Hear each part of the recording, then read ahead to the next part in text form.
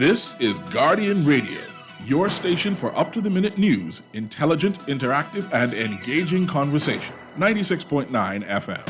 The views and opinions of the hosts and guests are their own and do not necessarily reflect the position of the management and staff of Guardian Network.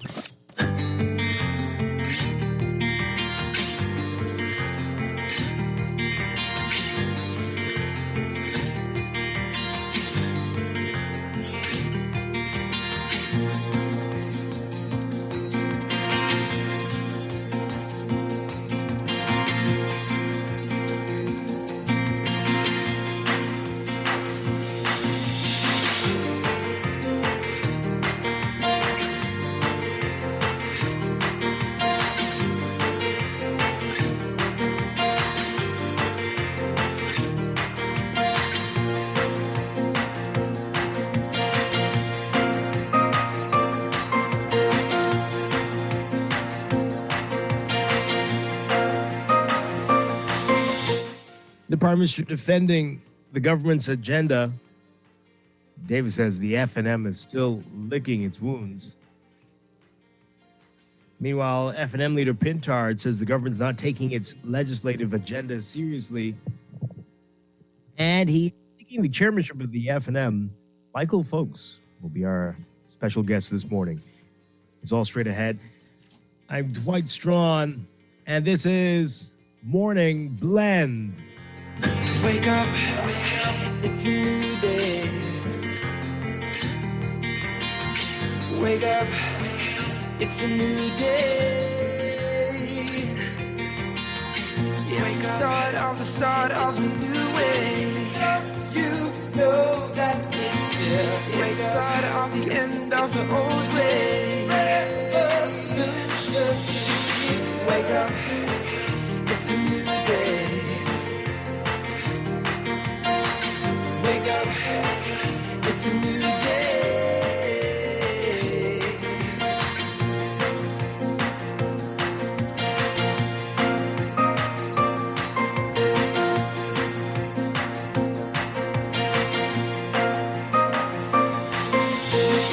Wake up, it's a new day. Wake up, it's a new day.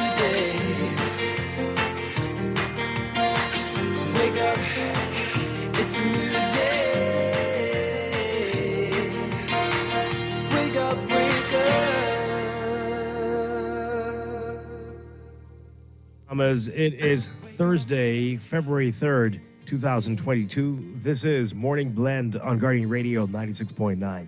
Again, I'm Dwight Strachan. In a moment, Laverne Gardner will be joining us.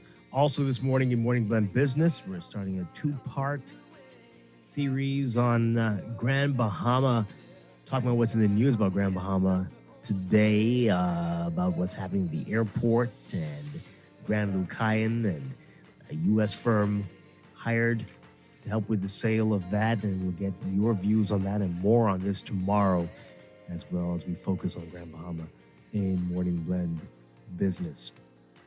But first, it's time for the overnight, the latest breaking news from while you're sleeping, and the top national and international headlines this morning.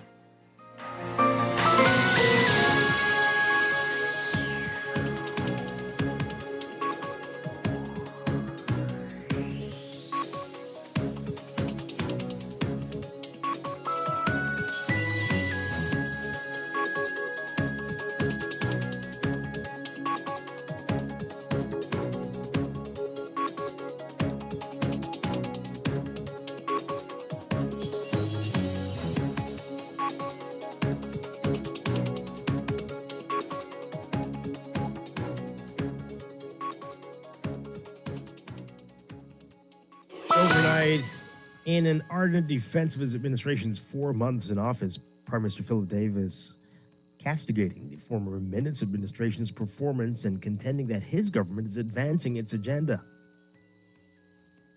Davis, as he wrapped up debate on a resolution to acquire and transfer land to a hotel operator who wants to purchase and further develop a hotel on the western side of Nassau Street and Bay Street, saying, quote, "We are pursuing our agenda, not the F&M agenda. I'm satisfied that progress is being made because during the election, we said the crisis we have, the twin pillars, health and economic, we had to find the right balance when we could save lives, not only save lives, but livelihoods. What good is it to save lives when livelihoods are also on the chopping block? You have to have the right balance. You can save my life, but I can end up being hungry. I can't eat because there is nothing there for me. The Prime Minister fending off attacks from Marco City MP Michael Pintard and Killarney MP Dr. Hubert Minnis, who accused the government of having no real legislative agenda. More on that, opposition leader Pintard accusing the government of not taking its legislative agenda seriously enough. He said, quote, "The pattern of behavior is this. We are coming to the House without a serious legislative agenda.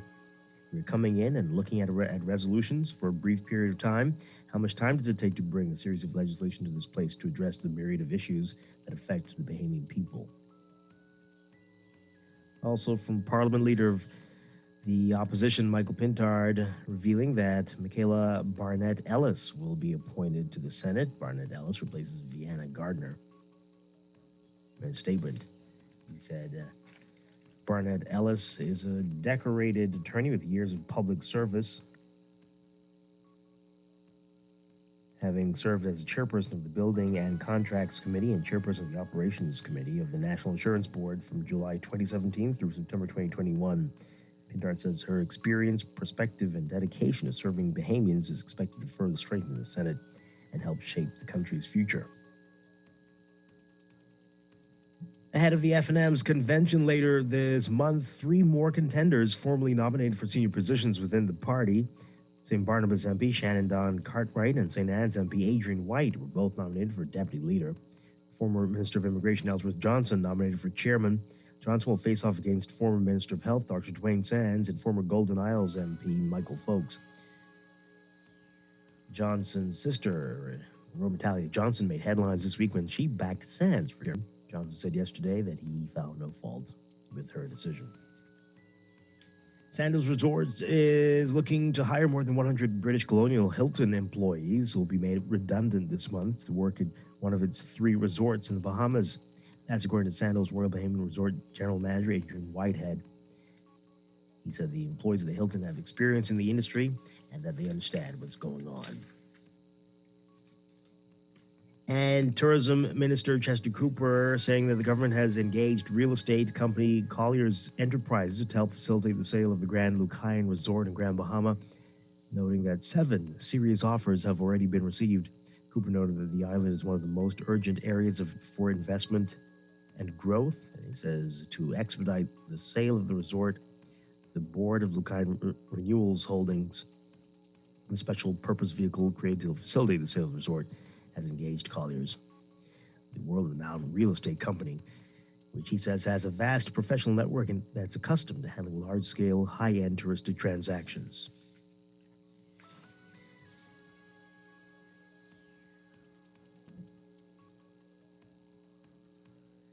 Overseas, the United States could be willing to enter into negotiations with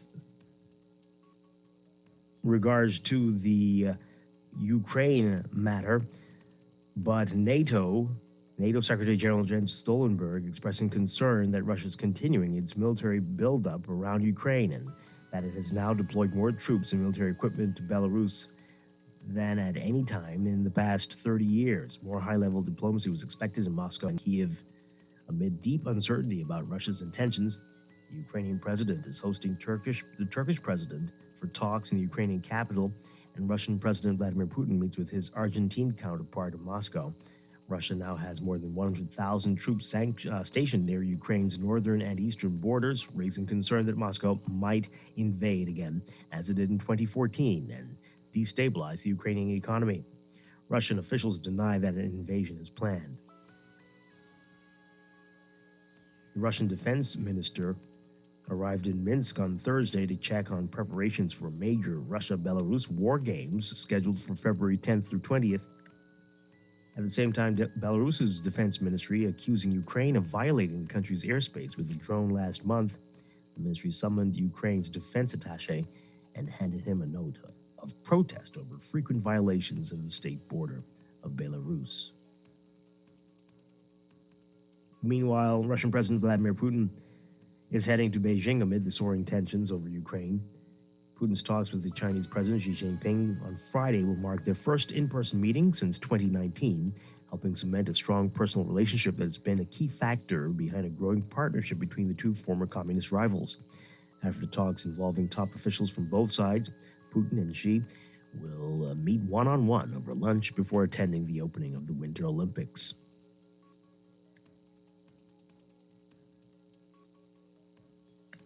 And Sweden, today joining other European nations in saying it will remove coronavirus restrictions. The Prime Minister announcing restrictions will be moved from February 9th. Among the measures and recommendations that will be lifted, Sweden will allow people to return to restaurants with no limitation on how many people can be there, how much space there should be, or opening hours. Requirements for vaccine certificates and wearing face masks on public transportation will also be removed, as well as the recommendation to limit social contacts. On Tuesday, neighboring Denmark took the lead among European Union members by scrapping most restrictions. Hours later, Norway lifted its ban on serving alcohol after 11 p.m. and the cap on private gatherings of no more than 10 people. The Swedish Prime Minister stating that the pandemic is not over, but that the country has entered a totally new phase. The Social Affairs Minister telling the same news conference that authorities will continue to be vigilant about how the pandemic will develop. The reason for the Swedish move is similar to that in Denmark. Although there is an increase in infection rates, it is not burdening hospitals. High vaccination rates are also making the situation look more hopeful. And the Prime Minister says 80% of all Swedes over the age of 50 have now received 3 vaccine doses.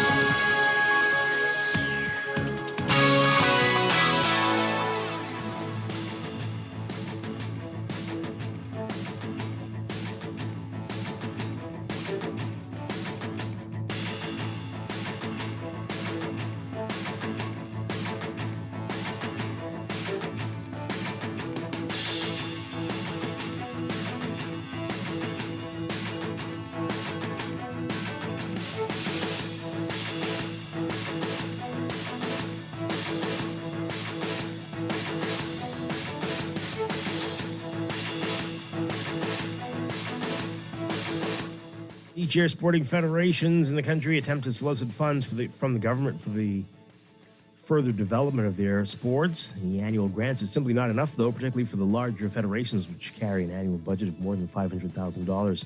The B3A's, the Bahamas Association of Athletic Associations, alone is anticipating expenditure around $750,000 this year.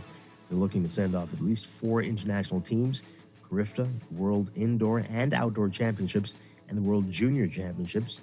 Additionally, the B3A's is in negotiations to host the North American, Central American, and Caribbean Athletic Association Senior Championships this year, a direct avenue for qualification to the World Athletics Outdoor Championships in Eugene, Oregon in July. Gold medalists from the the NACAC Senior Championships automatically qualify for the World Athletics Championships, provided that the quota for the qualifying event has not reached or been reached. As for the hosting of the regional athletics meet in the country, the B3A still needs approval from the government. Should that avenue be taken, it would increase the expenditure for this athletic season. B3A's president, D'Amico Archer, says that they've received commitment from the government for the usual support of their programs, and he expects that to come to fruition despite the lofty price tag associated with the construction of the National Baseball Stadium.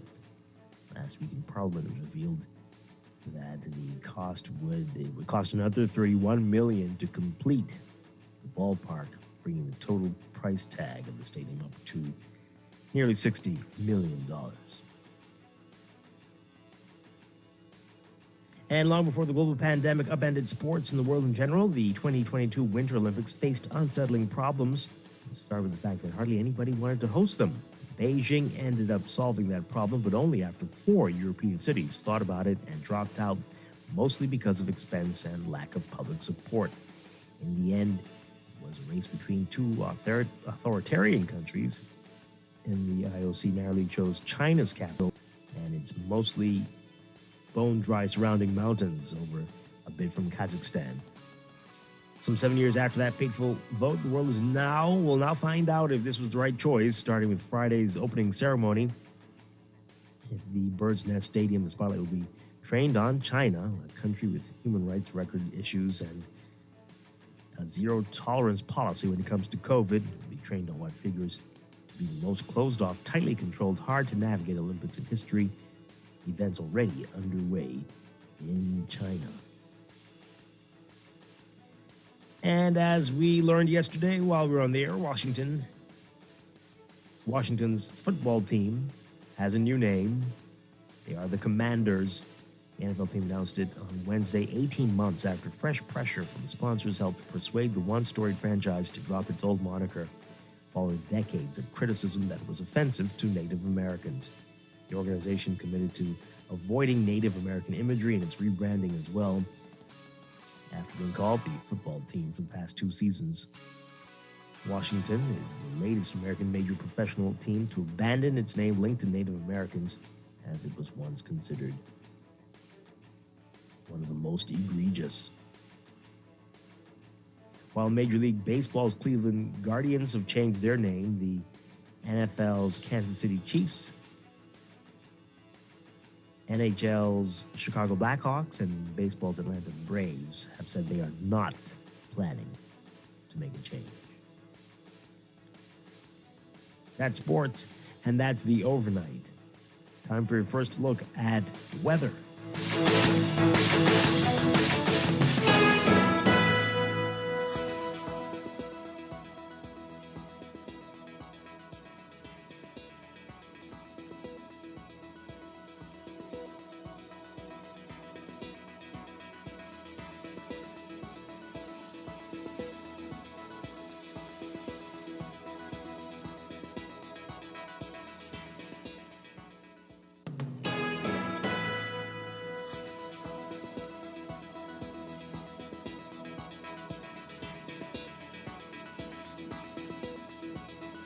First look at weather for today. We've got a strong high-pressure ridge that's producing fresh to strong winds across the islands. There is a risk of rip currents and rough surf along north and east coast beaches throughout the archipelago as well.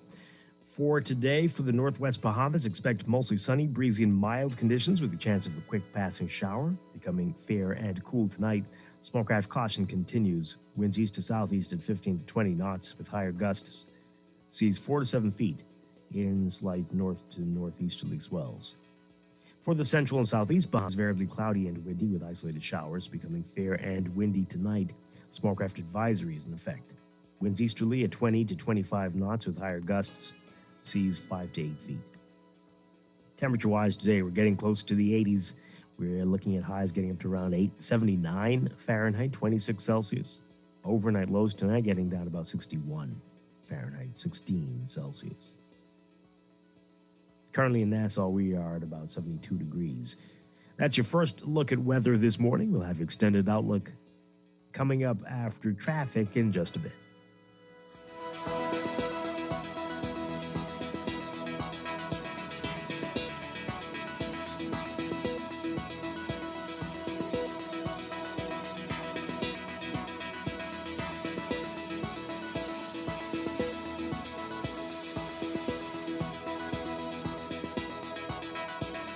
Morning Blend. When we come back, we're discussing the day's top stories right here on Guardian Radio 96.9, your home for fresh news and smart talk all day.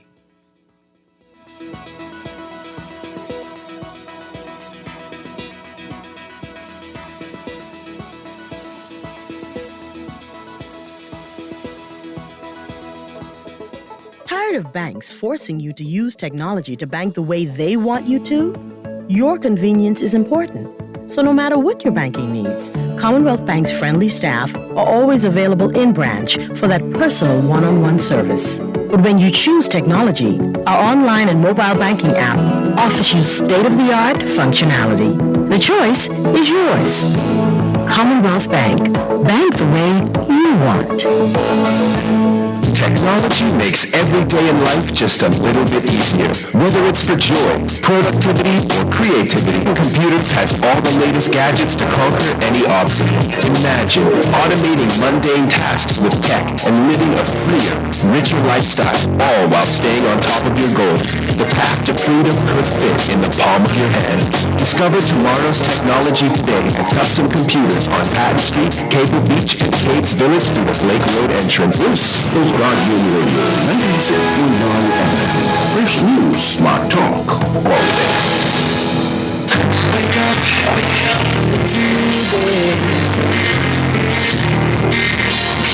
Wake up, it's a new day. It's the start of a new way. You know that it's the start of the end of the old way. Wake up, it's a new day. Wake up, it's a new day.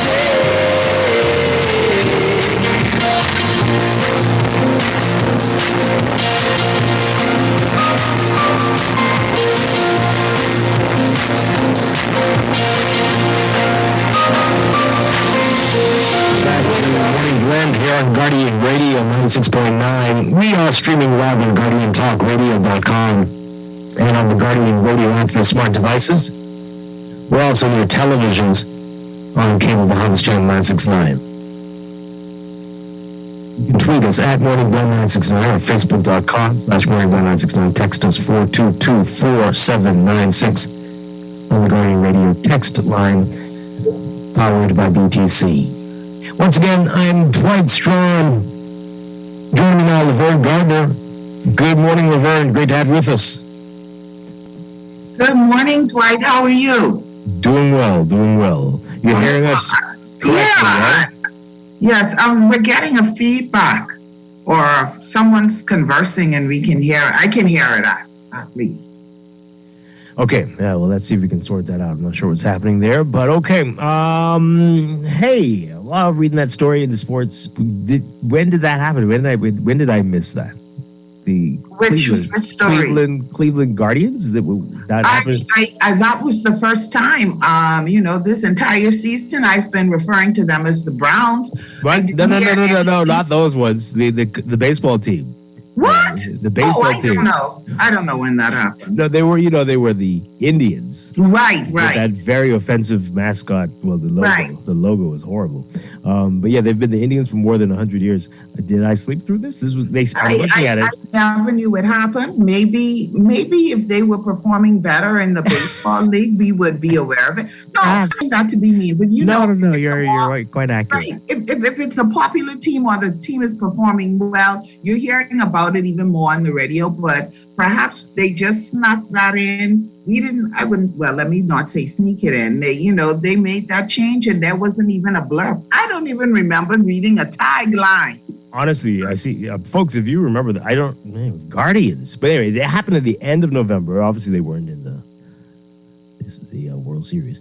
But the end of November, they changed. It's only been a couple months, but still, I really didn't hear about this at all. Cleveland Guardians, I don't have an issue with that. I think it's, honestly, Dwight, I'm telling you, Cleveland Guardians sounds better to me than Washington Commanders. Yes. And they both sound better than the previous names. I thought to myself, when I heard that yesterday about Washington Commanders, I was like, you know what? I'm just going to refer to them as the Washington football team, like we've been doing for the past 2 seasons. It might grow on us. Yeah, this is true. True. But honestly, I'm thinking, when I read that, Cleveland Guardians, who the heck? Oh, really? But yeah, it just happened. Okay. Well, good. We're moving away from these horrible things, and if you don't get why it's horrible, then we still have a lot of work to do. We'll still have a lot of work to do. You can't use, we can't use these derogatory names. Yeah. As a part of anything, as a part of sports, as a part of anything. And I know a lot of people are saying, I don't see what the big deal. They're not derogatory. Yeah, well, if you don't have to be seeing it as derogatory. People how feel that. many Indians people who are Native Americans or descendants? How many of them refer to themselves as Redskins? Or Indians. They are highly offended by all of that. It's terrible. Native Americans. Right. They are. While people are arguing about who belonged there and who came there, they were the ones who were there. And then what do? Take everything from them and then put them on a portion of land. Dwight. I don't know if I want to go deep with that. I don't know if I want to go down this road this morning because I have very strong feelings about certain things. Yikes. You went in that direction with it. But yes, all of it is horrible. Horrible thing. It is. But yeah, so finally trying to make some amends. So that's, But there are other teams, like you said, that have not changed their names. Right. So, well, I guess, for Kansas City, they're saying there's nothing derogatory about saying Chiefs. Yeah. Maybe. Maybe that's their thinking. Maybe. Maybe they should have changed their name and they would have performed better last week Sunday. Bada bing. Well, who knows? Maybe next season the Commanders will be doing better. Yeah. And then that will be the impetus for the Braves and the Blackhawks and the Chiefs. Well, they're probably saying that they are particular tribes, so it's not being, you know what I mean?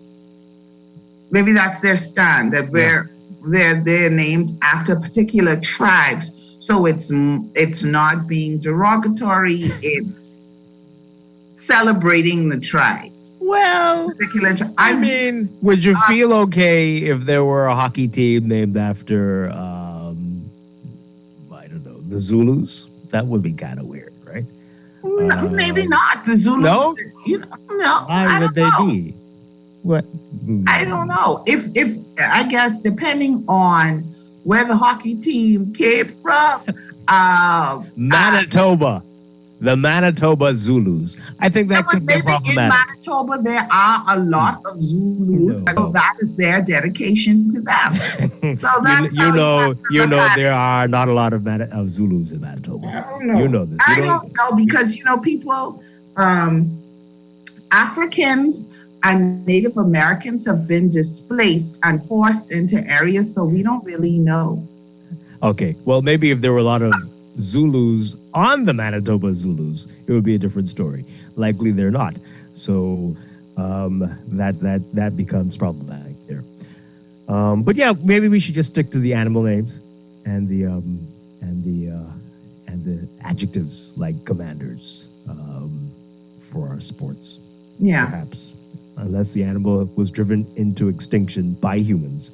And then that would also be a problem or close to being driven into extinction. Maybe it should just be what you are, the Washington football team and the Cleveland baseball team. And they're not going to happen. So, for the Commanders and the, what is it, Invaders? No.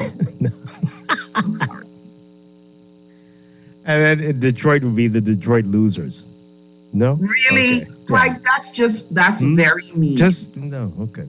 All right, hey, let's move on, folks. Let's move on. Coming up this morning, in just a bit, we're going to be talking with Michael Folks. He's seeking the chairmanship of the FNM, and he's going to be our guest. And later in Morning Blend Business, we're starting off a two-part series on Grand Bahama. Tomorrow, we've got some special guests, but today we're going to talk about what's in the news, including the sale of the Grand Lucayan. And we're being told there are 7 companies very interested, 7 buyers interested in the Grand Lucayan, and what's happening with the airport and other challenges facing Grand Bahama. I want to hear from you on that as well. So a lot to get to this morning. Let's begin with what else is news.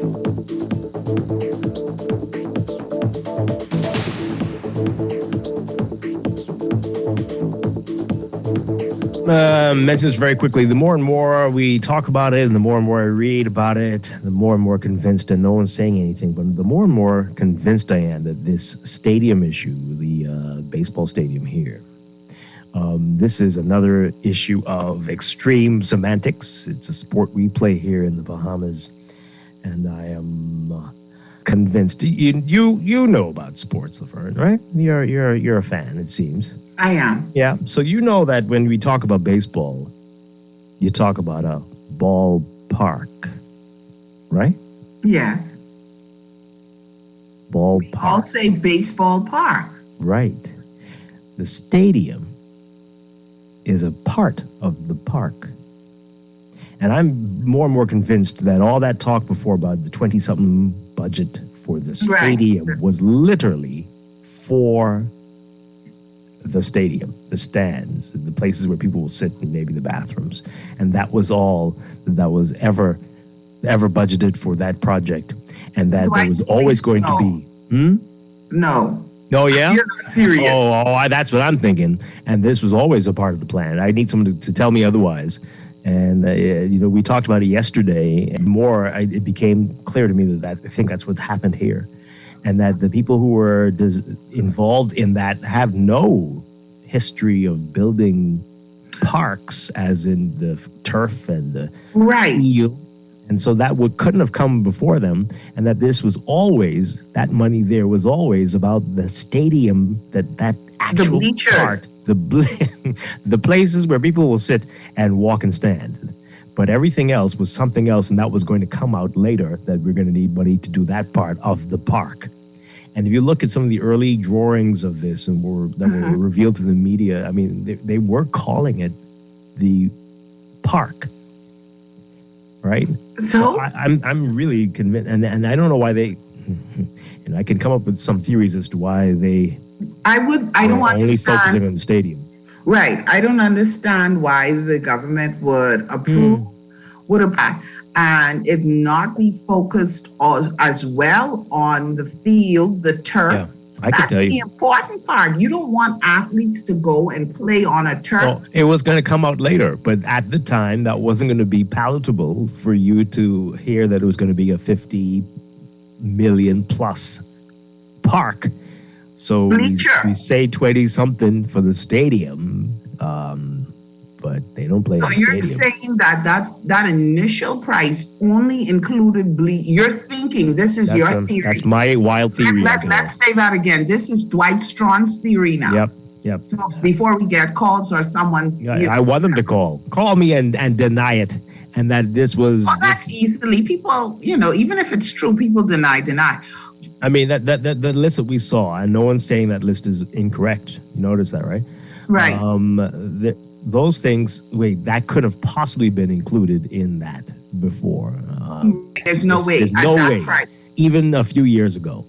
And this was getting so close to an election period that this was going to become a football. So we think, this is why I'm saying that there's a lot of double talk here. Because they say that the work stopped. But that's not true. Work continued on the stadium.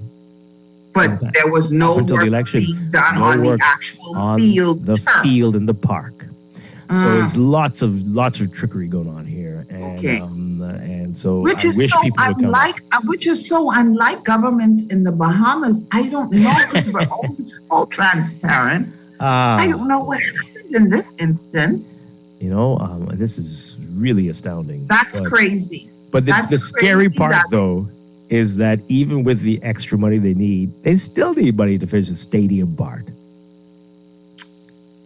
They still need several million to finish the stadium.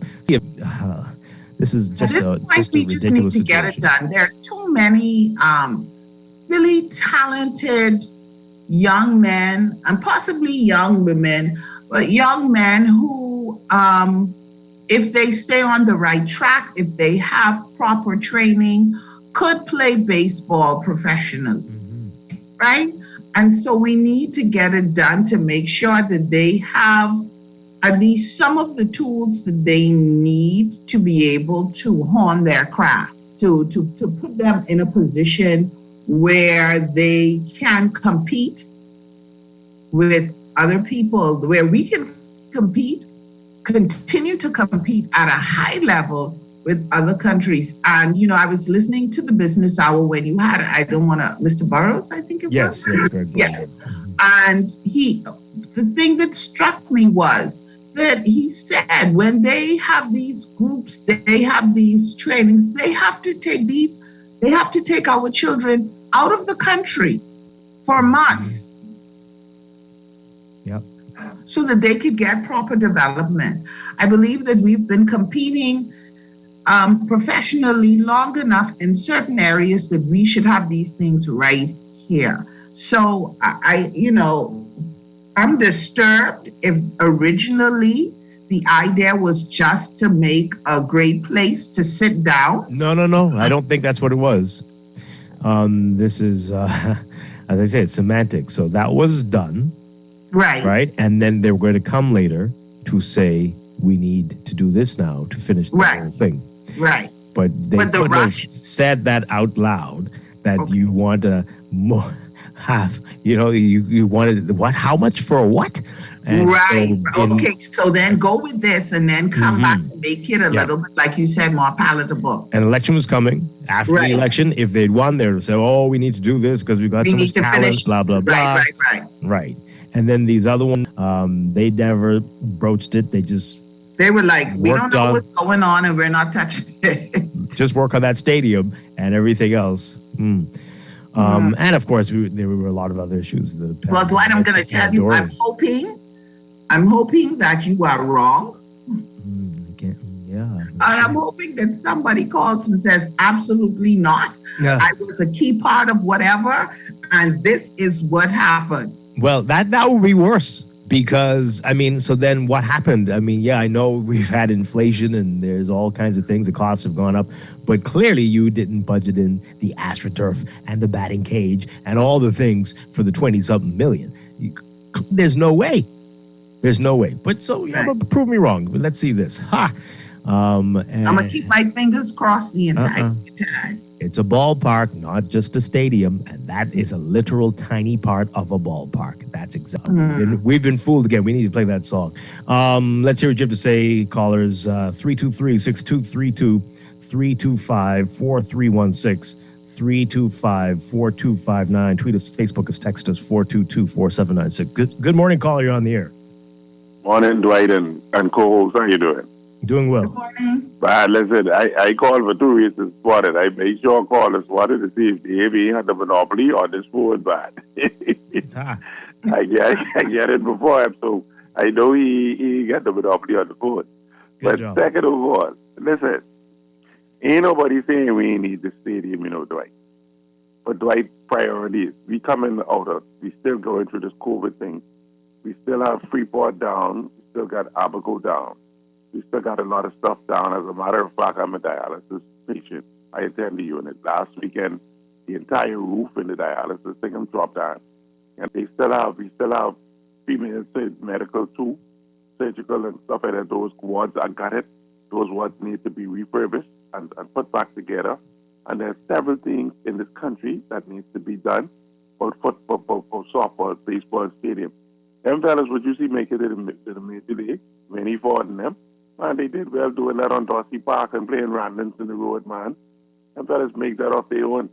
Yeah, but remember what they're saying is that there are opportunities that could come to us as well, right? International groups. Yes, but Dwight, we got to prioritize. Now, unless we have a PPP, one of the foreign teams, a couple of the foreign teams want to say, okay, let's partnership with them so we could use that as a spring training ground or something like that. Well, that could happen. That's what they're hoping. They're trying for that. They're hoping for that. That's what they want. Yeah, well, Dwight, they can do that. They can do that, right? All they can do is put it out, put out the what you call it, the RFP or whatever. They want to finish it now so that next spring, maybe not this spring coming, that there will be something. I can barely hear you, Dwight. I'm saying that's what they're hoping to do. That by next spring, that could start to happen. That tournaments can happen. We can't throw caution to the wind. It's priorities, Dwight. Priorities, Dwight. We can't afford 55 years in at this point now to get it wrong. We got $10 billion out there and climbing. Like, we need to prioritize.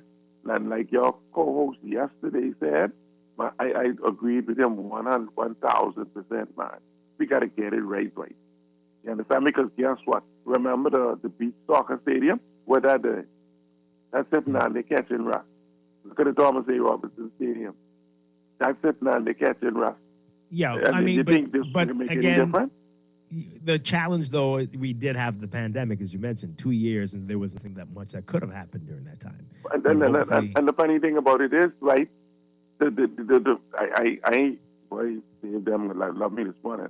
The Free National Movement, Michael Pintard making a hail of beans over the situation.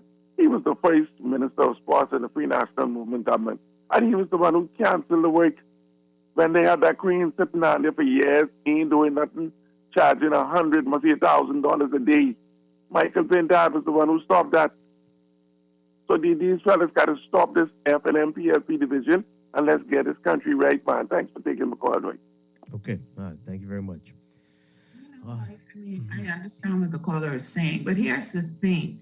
There's no guarantee that if we didn't go ahead with this project, everything that he mentioned is gonna be taken care of. You know what I mean? It doesn't mean that the things that he talked about, the hospital needs referred, doesn't mean that they're gonna now go to the top of the list. Oh, we're not doing this, we're not completing this, so now let's focus this anyway. And government should be able to multitask, okay? Right, exactly. Yeah. Well, it shouldn't have to always be, if we do this, we can't do that. Yeah. If this is a priority, this should be getting done in any event. Yeah, and there'll always be new tragedies and challenges, so we will never be able to prioritize some of these other things. You continually reprioritize. Yeah, and so you have to be able to do more than one thing. These other matters should be taken care of. The last administration had allocated resources to address the needs to a certain degree of the hospital in New Providence. What's going on with that? Right? So you have to be able to do both or more than one thing. You don't want to do this, I could be wrong, but that doesn't mean that these things that he mentioned would then go to the top of the list if they aren't already there. Definitely it just may go someplace else and someone else or other people may consider of less importance. How long have those things been problems? Right. How many decades? Yeah, exactly. Let's take another call. Good morning, caller. Go ahead. Yeah, all right. Caller, good morning. You're on the air. Strachan, how are you doing? We're doing well. You and your guest. Mr. Strachan, first let me ask you. Can I call back also? Because I have two comments to make. Can I call back? What on what? No, I mean, because I see, you're dealing with the chairman of the After Michael folks? Yes. No, Mr. Strachan, first of all, right, as a baseball man, so, Mr. Strachan, I don't know, like you say, you don't know, but I don't know if somebody feeding you. Mr. Strachan, I mean, you're a very intelligent man, so don't think I'm trying to insult you. Mr. Strachan, you listen to me, right? I'm listening. The hardest part of a baseball stadium is constructing the Strachan, the first of all. Now, the dugout, the mound. I mean, they minor stuff. So, I mean, Mr. Strachan, I don't know who feeding you this information. Mr. Strachan, like the caller said, the last caller. So you're approving my point? No, Mr. Strachan, hello. I think you are. No, Mr. Strachan, hello. I'm listening. No, Mr. Strachan, you made it clear. You only asking because you could say you guessing. No, Mr. Strachan, like I said earlier. Yeah, and I think you just proved it too. No, Mr. Strachan, hello. Because that's exactly what all that money was for. The stadium, no, Mr. Strachan, the architect not the stadium, for the park. And they were always going to come back to say but Mr. that Strachan, they needed more money. Always, that was always the plan. Mr. Strachan, it's clear. Hello, Mr. Strachan. Hi, yeah. I happen to live in Cocoa Beach for a while, right? And Cocoa Beach is, people tell you that's the heart of minor league baseball in America, Florida, right? Isn't it? Yeah. All those stadiums, Mr. Strachan, the mound, first of all, Mr. Strachan, before you start building the top, you have to get the mound right. Because first of all, the mound got to be a certain feet in there. Then the double. So they minor stuff. But Mr. Strachan, but seriously speaking, Michael Pintard was the Minister of Sports in this country the first time. Michael Pintard destroyed sports, Mr. Strachan. They can't soccer tournament. They cancel. Mr. Strachan, to make a long story short, we have, again, one of the best 5-2 player in baseball, Josh Sissom. It's very unfortunate that the man can't come Nassau and go in the stadium. You understand, Mr. Strachan? Mr. Strachan? Hello? Yeah, yes, it is. Yes. The main man for the stadium is Michael Foster now. So, Mr. Strachan, so I don't know if you, not you, who feeling you wrong. Michael Foster will never do nothing intentionally. They try to come up later and build a government. I mean, I didn't say that. Oh, I never said that. I never said that. No, I meant the government. No, Mr. Strachan. Mr. Strachan. That was the plan. Mr. Strachan. Mm-hmm. No, I don't know. Like I say again, that stadium right there, when the air from the pandemic, they had a chance to finish everything off. I mean, this country, guess what? You remember now? They borrow $250 million and never come to Toronto. So the stadium, that had to be finished ASAP. We need, Mr. Strachan, like I said again earlier, right now, but I said, stay finished right now. That go home, ma'am. They have a baseball tournament in Nassau right now. They have no field. Show. We heard. Thanks, Dave. Thank you very much. All right. Yeah. All right. So, no, Laverne not getting convinced. All of that money was going to the stadium. All of that was always. I don't know if it's that I am not convinced, or it's more of I just don't want to go to that line of thinking. I do not want it to be so. So I am rejecting it because I simply don't want it to be that. I would hate to believe that it's not, so I am rejecting it. Okay. That's honestly, when you just don't want, no, that would be, I can't accept that. That's too much, no.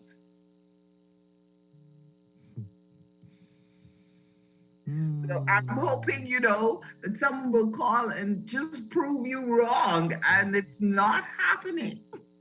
Yeah. Let's not hold our breath, but I'm waiting to hear. Right. Yeah.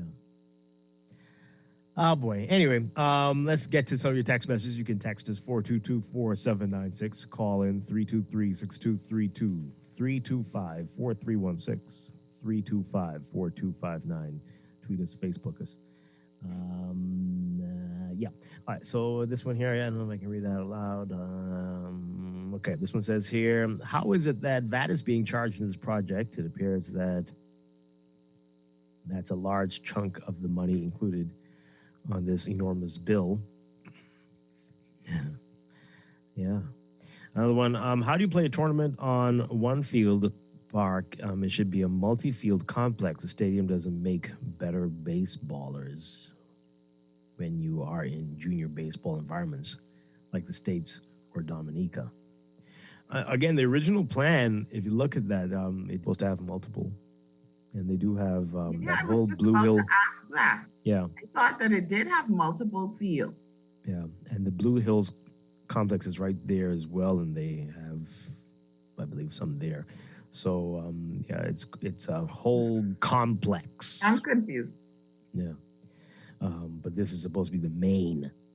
Dwight, you're causing me to have really. Okay.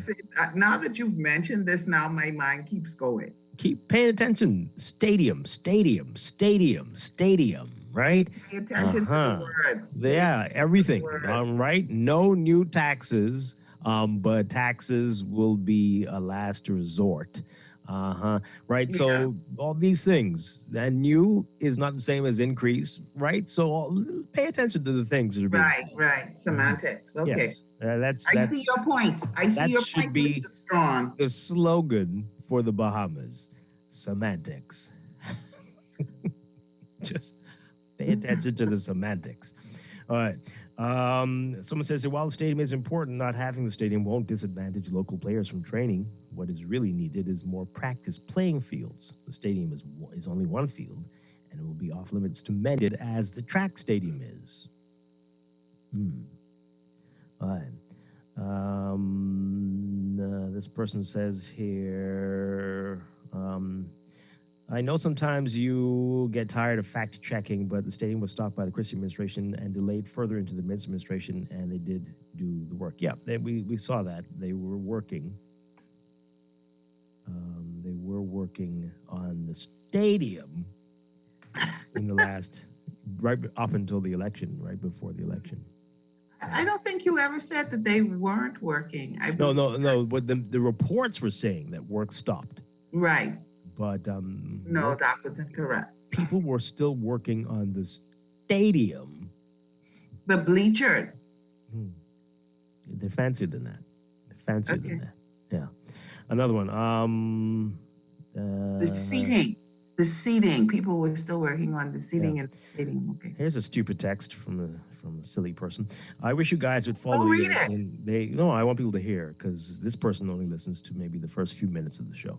I wish you'd follow the lead of the name of the station. Every day we have matters of concern that come up, and every day, instead of bringing on the professionals, you can continue to entertain callers who have opinions. You're a very foolish texter, very foolish. We just had yesterday and every single day we have the folks on. Maybe you don't listen past 7:30 when we invite the public to share their views, because we want to hear what the public is saying. But you, I don't know who you are. I don't understand, but okay. And we've been told before by some of the callers that you just always have these guests on. Why don't you allow us to talk more? So you just can't please everybody, but you texter need to get some help, or allow whoever's controlling you to let you listen past 7:30, 8 o'clock, and hear the show. We go on till 10. So try that. Okay. This person says here, it's all about Dave. Lots of text messages about Dave. Someone says there are people saying that not now, but if not now, when? Just leave it for another 5 years and the price goes even higher. Governments can multitask.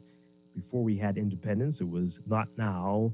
Before the Defense Force came, it was not now. Before the University of the Bahamas, it was not now.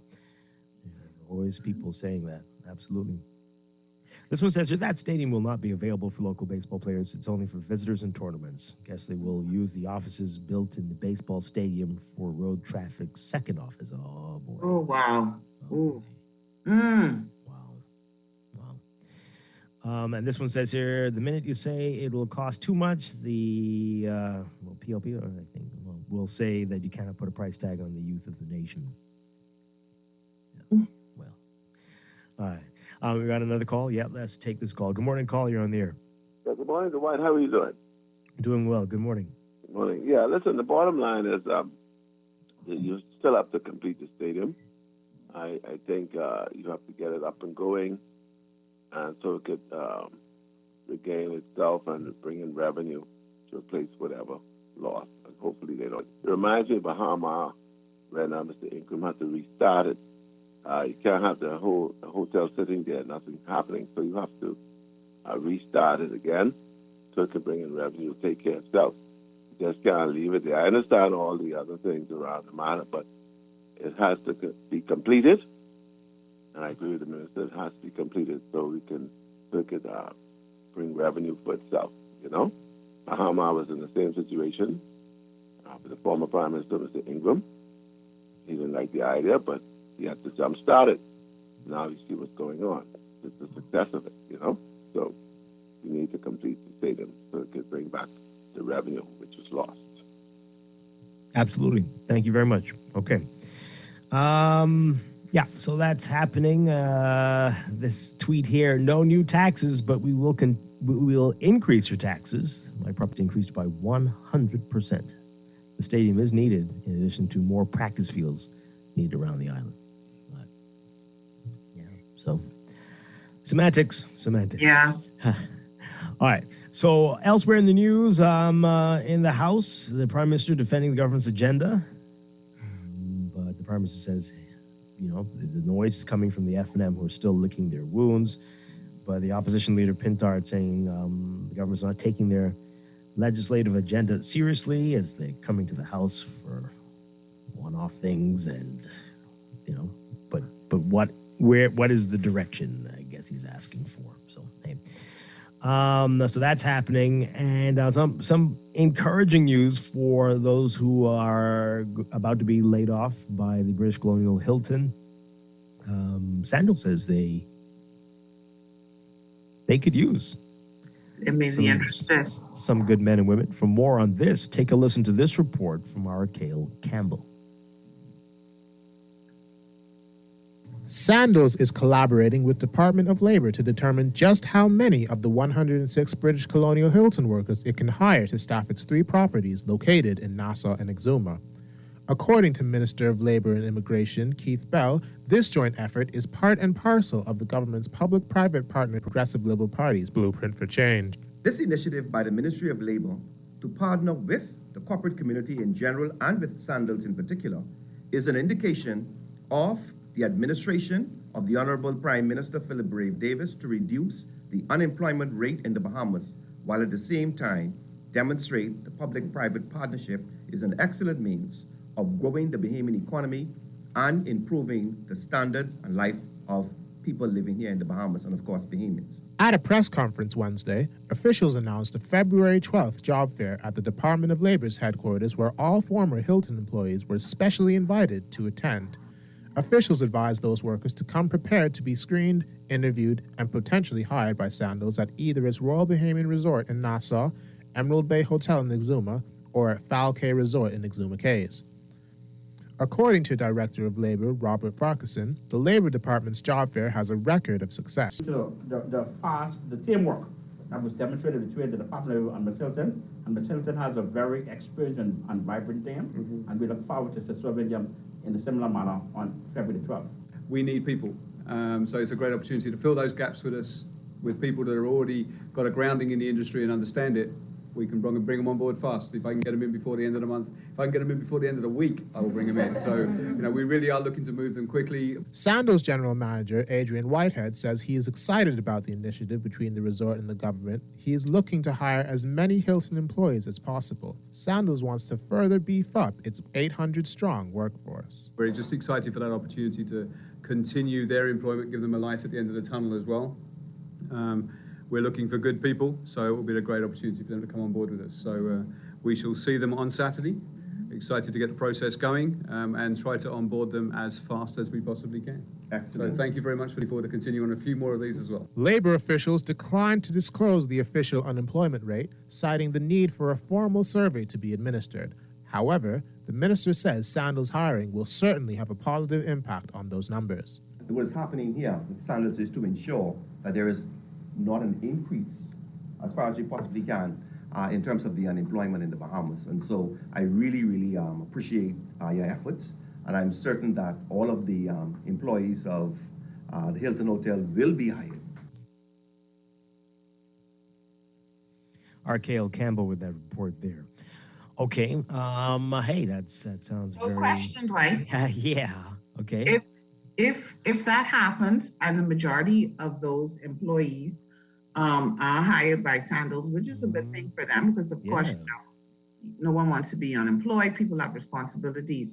So then, is it gonna then we're okay with that iconic hotel, that historic hotel close? Will the China construction group then say, okay, well, we don't really have to worry about finding a partner because these employees have jobs now, and let's just shut it down? And so we'll just have that hotel closed then? I was thinking the same thing while listening to that, and this doesn't sound good at all for the future of the near-term future of the British Colonial, right? This is very scary. And don't get me wrong, I'm happy for those employees who are facing unemployment. But like you, I'm thinking, okay, so if we find employment for them, then we're just, this hotel is just going to be a wash. They're just going to shut the doors and. This is very disturbing, very disturbing. Maybe you see it a different way, folks. Tell us what you think. 323-6232, 325-4316, 325-4259. You know what this means, right? There will be no real impetus. Like, well, everybody has a job. Who cares? Right. To do something. Do you think that? Text us 422-4796. This historic hotel, I think it is now the oldest hotel in Providence. What does this mean? What does this mean? And I don't think in that report we heard any talk about. Well, of course that was a Sandals, announcement. But where do things stand with this hotel about to be closed? Right. Are the owners still open to, partnering? Yeah. We heard the Minister of Tourism say they're looking for a management company. Right. But what's happening? Is that still the case? Yeah. And, in light of this good news for those employees? Right. And as we talked about when we heard the news a few weeks ago, right, how much is the state of downtown Nassau impeding what can be done at the British Colonial? Right. And our investors or potential management companies like, well, if this were anywhere but downtown Nassau, yeah, we'd go for it. Are they right? What are they saying about it? What's the issue? Anything, Dwight. Some people are saying, boy, they're not being optimistic about this. They're saying this is a sign, writing's on the wall, and one going as far as to say walls may be coming down. Wow. I can't imagine. Imagine. But what do you make of it? It would be a shame, honestly. Yeah. It would be a shame to see those walls come down. And maybe I'm just biased because, like I said before, initially when the report came out, that is usually where I stayed when I had to travel for business. Right.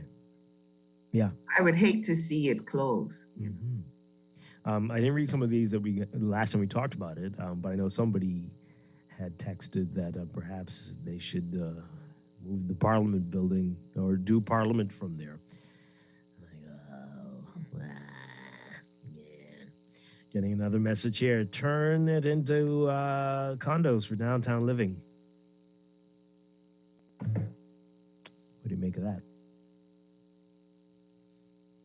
And will it be priced out of the reach of many people? Would that be suitable? I'm sure it would take a lot of work to turn that. But yeah, I don't know. It sounds kind of sad. An iconic hotel turned into condos. But it is better than sitting abandoned and there rotting, or it's better than demolishing it completely and just having that vacant space, eh? Yeah, absolutely. Oh boy. All right, we're getting some of your messages in. Again, you can call us, tweet us, Facebook us, text us. A tweet here. This is damned if you do, damned if you don't situation. People need jobs and the hotel needs to stay open. This is a real juggling act. Yeah, but we know we have so many. I know Sandoz is looking for experienced people. People are in the field already, in the sector already. And this is a tricky one. Somebody says, I'd buy a condo there. Okay. Sure. Maybe, let's think about it. Make it one of those condos that's kind of like hotel/condo. Make it maybe that kind of a combination, and it may work. Got tons of those already. But yeah, I mean, they got that right next door. Now you're just showing off. We got tons of those already. They have it right next door. Must be nice. Nice. Have they ever talked about that? Not even for Grand Lucaya? That was never an option there? I mean, that might have been something. No, it may have been an option, but when investors come to Grand Bahama, they change their mind. Some of them don't even need to come. They just say, oh, no, anywhere. Yeah, they hear Grand Bahama and they go, that'll be a pass for me. That's a no for me. Oh, dear. As a Grand Bahamian, what did you think when you heard that? Did you I can see that. Or did you say, no, I don't buy it? Honestly, when I listened to this, I thought two things. The first thing I thought was, I wonder if he met with the Grand Bahama Port Authority first. That's the first thing I thought. The second thing I thought was, okay, so clearly you don't have a plan for Grand Bahama. And that's what you're saying. You're coming to an island that is clearly in a depressed state to just further let us know that, hey, no one's really interested in you. So those are my polite thoughts that I had. That's rough. That is rough. Is it better to say it there or say it when you get to another place? I don't know if it's better to say it at all. I would have much preferred to, even if you did say it, then follow it up by saying, these are the things that we are doing. Well, he did say that. He did say we've got to figure out a way to get Dwight, them. there were a lot of questions. There wasn't a saying. There was, put your money where your mouth. Investors with vision. We and a lot of question asking. What should it be? Should we focus on golf? Should we focus on technology hub? Where should we focus, or do we have to focus on one thing in particular? There wasn't okay, this is our plan, and regardless of that, this is what we're forging ahead with. This is what the office of the Prime Minister has been working on. There wasn't that. Yeah. There was we came and here's the situation. And yeah, there's absolutely. some things with. I hear you. We're going to talk a lot more about this in Right. Morning Blend Business this morning, coming up at 9 on Grand Bahama. All right, so a couple more messages before we go to break. Our texter who said turn them into condos says downtown Miami was revived by transforming buildings for downtown living. A good start for Nassau. Yeah, absolutely. I mean, I think if I were investing money, I would want a purpose-built condo, not a retrofitted old hotel turned into, but that's just me. I mean, the historic significance of it might be very appealing to some people. Yeah. There are people who actually like stuff like that. That appeals to them. Maybe not you, you're a modern kind of a person. It's good. Yeah, sure. Well, trust me, I guarantee you at some point you're going to regret that. Say, this whole place, this whole building. The point of whatever it is, our hope is that it just won't sit there and be left to just rot or absolutely languish or, you don't want the government to, have to purchase it. You don't want a Royal Oasis or a Grand Lucayan. No, you do not. Now, especially since we have east of East Street already. Now, you don't need that. You don't want that. Let me tell you, not a good thing. Not a good thing at all. Right. No. Oh, dear. Okay, we're going to take a break. When we come back, we're going to be talking with Michael Folks. He's seeking the chairmanship of the F&M. And we have a lot more Morning Blend after these messages. Stay with us.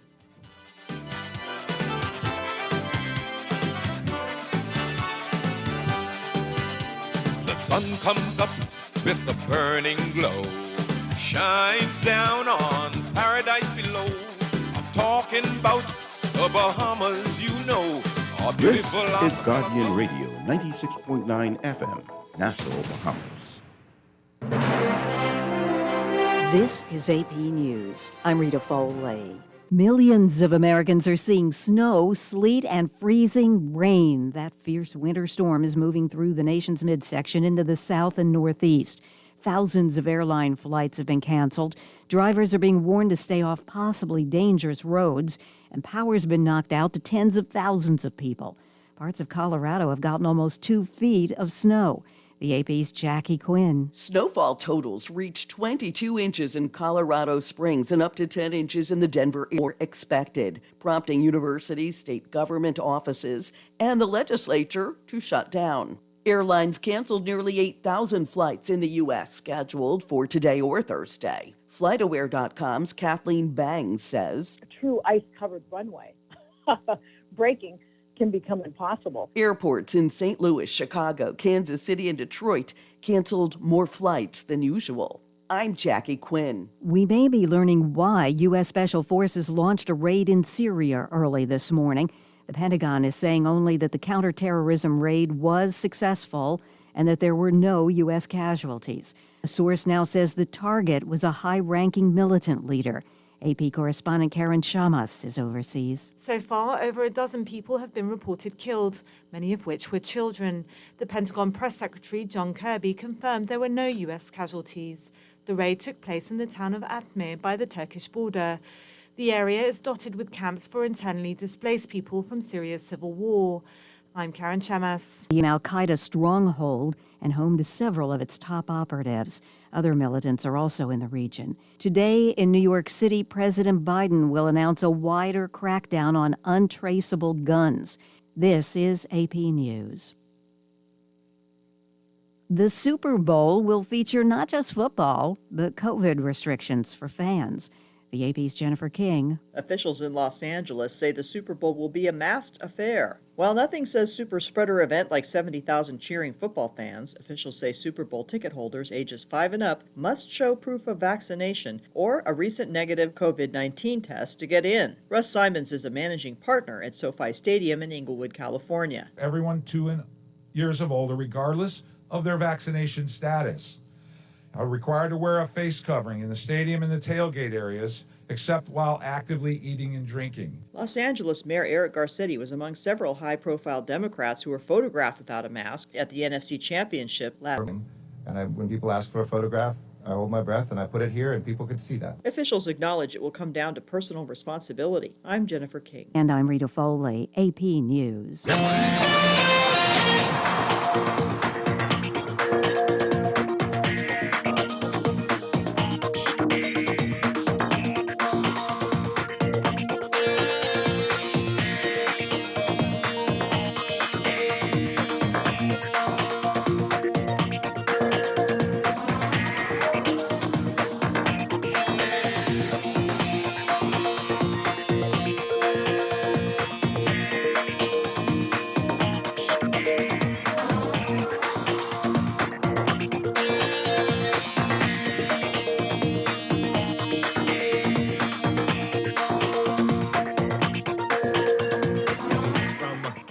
Butler Highway from the roundabout with Fire Trail Road all the way up to Tawny Williams Darling Highway and back to Belong Fire Trail as well, eastbound to the roundabout. Glaston Road also busy for you from Fire Trail all the way up to JFK Drive this morning.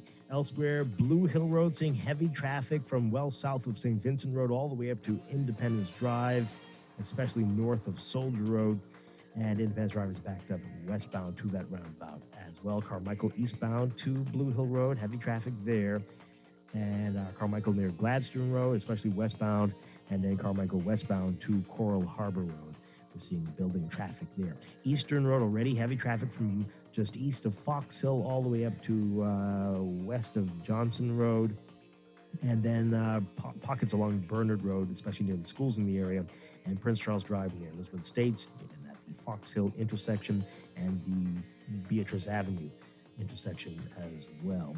Soldier Road, northbound, approaching the intersection with Bernard Road, that whole area, Bernard, Wolf Village, Soldier, heavy traffic there, and northbound on Marathon. Those are your hottest spots. Already very heavy traffic, and we'll have another update for you after the 8 o'clock news. That's your Morning Blend Traffic Alert, brought to you by RBC Royal Bank, Banking Reimagined.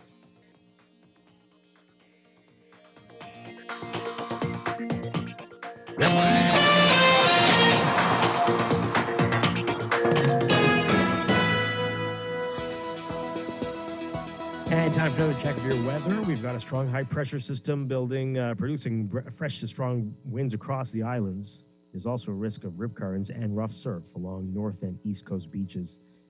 For today, for the northwest Bahamas, mostly sunny, breezy, and mild with a chance of quick passing showers, becoming fair and cool tonight. Small craft caution continues. For the central and southeast Bahamas, variably cloudy and windy with isolated showers, becoming fair and windy tonight. Small craft advisory in effect.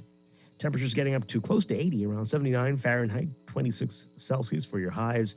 Overnight lows tonight getting down to about 61 Fahrenheit, 16 Celsius. In your extended outlook, high pressure will maintain stable and mild conditions through Saturday when a frontal boundary approaches the extreme northwestern islands by late that evening. So ahead of that for Friday, tomorrow, partly mostly sunny and mild, becoming more remaining windy in the central and southeastern islands. Passing showers possible. Saturday, partly mostly sunny and mild, remaining breezy in the central and southern islands, with passing showers possible. That's your Morning Blend weather check. We'll be back with more Morning Blend after this on Guardian Radio 96.9.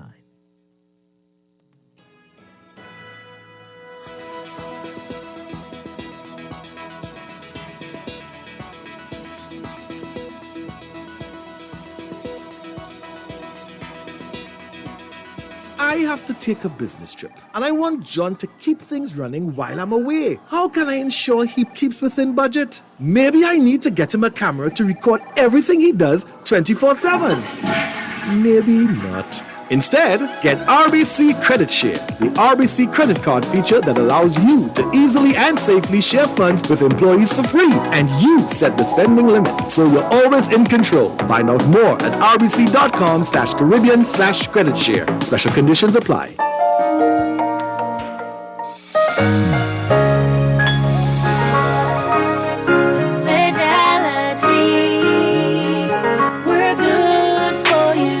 We believe in relationship banking. We take pride in getting to know our clients. You have access to knowledgeable, approachable ambassadors and financial coaches so that we can recommend the best product for you. At Fidelity, from your financial health to your physical health, we can relate to you because we're just like you. Come and start your relationship banking experience with us today. Visit us online at fidelitygroup.com. Visit any of our branches in Nassau or Grand Bahama, or phone 356-7764 in Nassau, or 352-6676 for Freeport. We're good for you.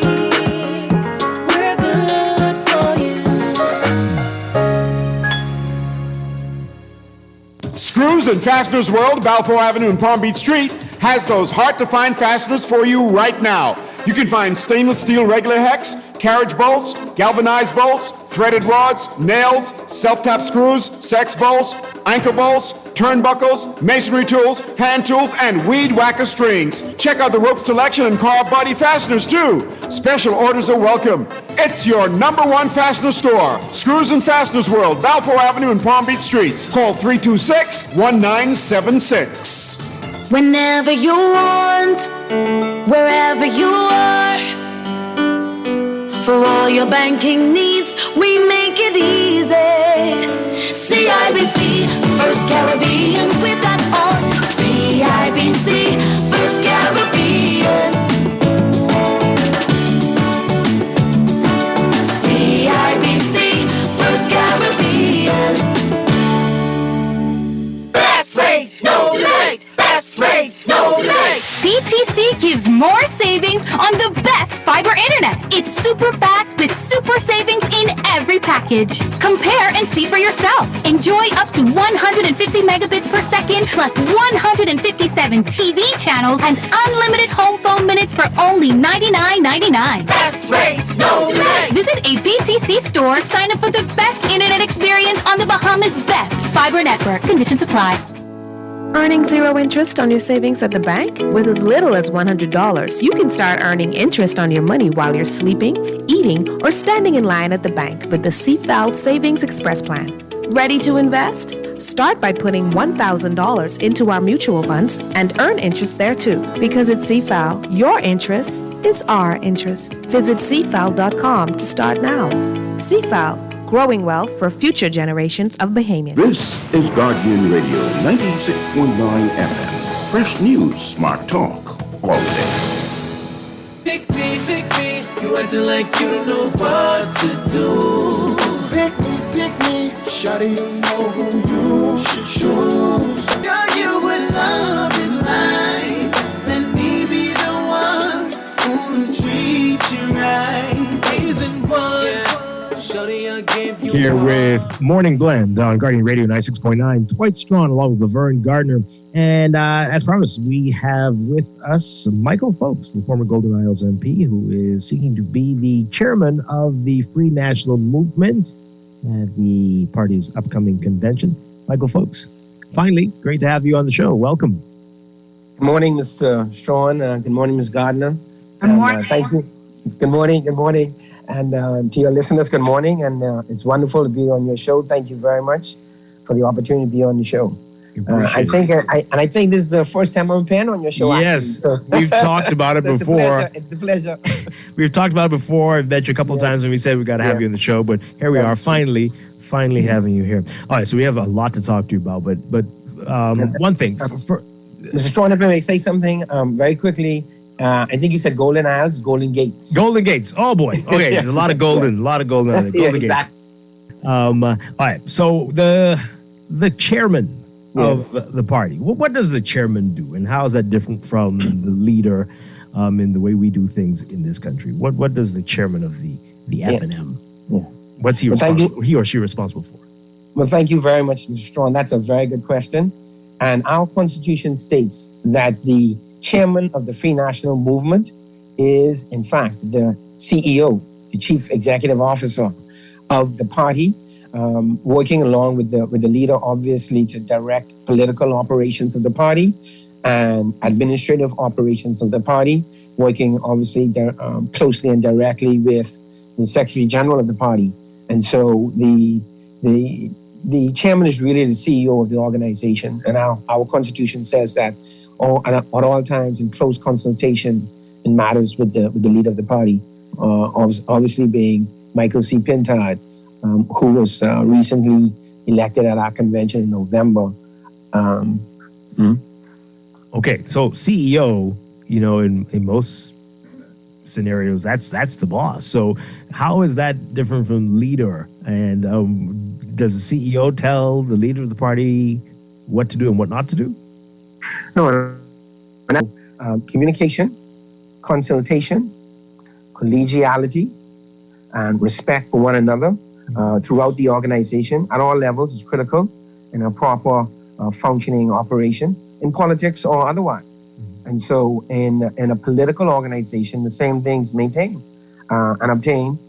Those things are needed in a political organization as well. And so it really calls for a close working relationship with the leader, the chairman, and in fact, the senior party officers, and indeed all the party officers.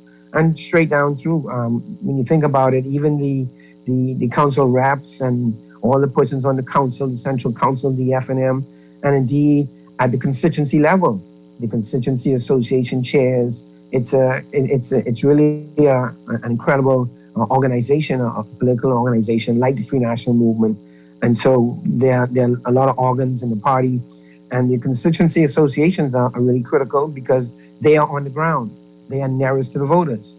And so they're the backbone of the party. They are really the foundation of the strength of the party.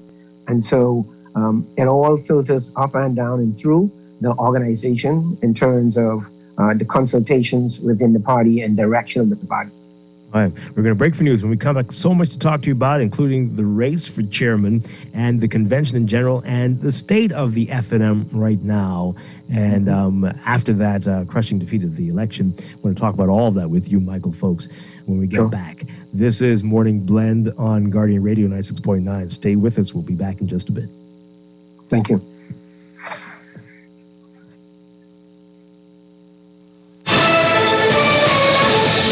It's Thursday, February 3rd, 2022, and you're listening to the Guardian News Network.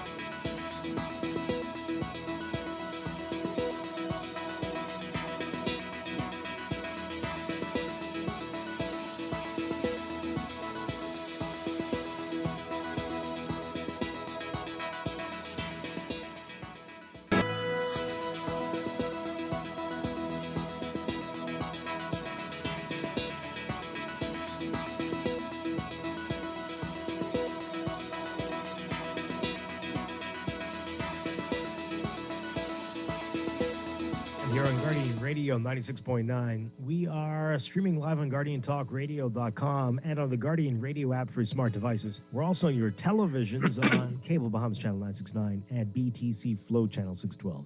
You can tweet us at MorningBlend969 or Facebook.com/MorningBlend969. Text us on the Guardian Radio text line powered by BTC 422-4796. And now at 8:22, it is time for another check of your weather for today, brought to you by Bahamas First Insurance. We've got a strong high-pressure system that's producing fresh to strong winds across the country, and there's a risk for rip currents and rough surf along north and east coast beaches. For today, for the northwest Bahamas, look for mostly sunny, breezy, and mild conditions with a quick passing shower, becoming fair and cool tonight. Small craft caution in effect for boaters. For the central and southeast Bahamas, variably cloudy and windy, with isolated showers becoming fair and windy tonight. Small craft advisory in effect. Temperatures getting close to the 80s, near 79 Fahrenheit, 26 Celsius. Overnight lows tonight getting down about 61 Fahrenheit, 16 Celsius. In your extended outlook, high pressure will maintain stable and mild conditions across the country through Saturday, when a frontal boundary will approach the extreme northwestern islands by late that evening. So for Friday, tomorrow, we're looking at partly to mostly sunny and mild conditions, remaining windy in the central and southeast Bahamas with passing showers. Saturday, pretty much the same, partly to mostly sunny and mild, breezy in the central and southeastern Bahamas with passing showers. That's your morning blend weather check, brought to you by Bahamas First Insurance. What's first for you comes first for us.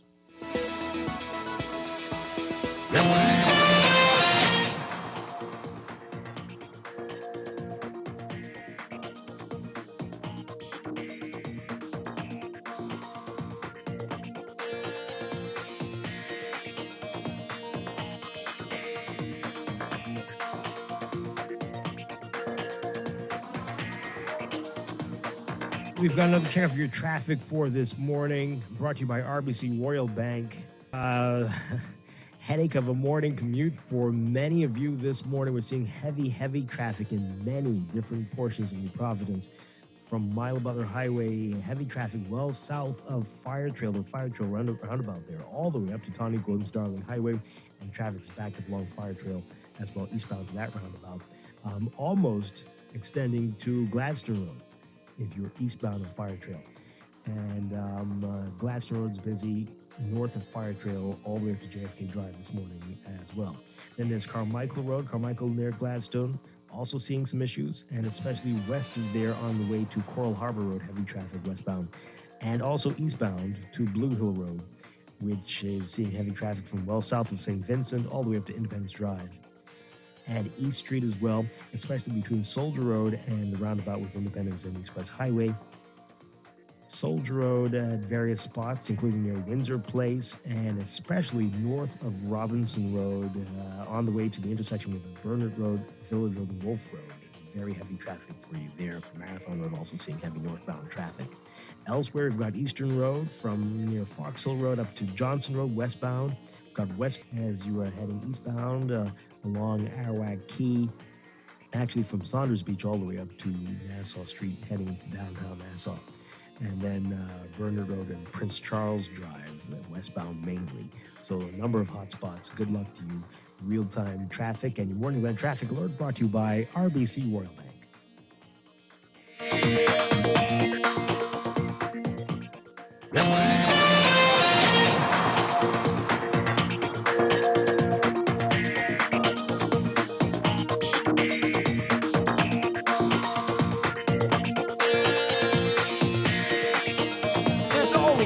To have a better morning. How? Start your mornings the best way with our 2 for $6 breakfast sandwiches at Wendy's. For a limited time, choose any 2 of your favorite breakfast sandwiches, including the fresh Strachan sack muffin, honey buttermilk chicken biscuit, double sausage muffin, or the sausage egg and cheese biscuit. Wash it all down with our cold brew shake or coffee. Better mornings always start at Wendy's. Wendy's, different inside and out. Excludes airport locations. Best rate, no debate. Best rate, no debate. BTC gives more savings on the best fiber internet. It's super fast with super savings in every package. Compare and see for yourself. Enjoy up to 150 megabits per second plus 157 TV channel 99. Best rate, no debate. Visit a BTC store to sign up for the best internet experience on the Bahamas' best fiber network. Conditions apply. Maria is going away to college and she needs access to money.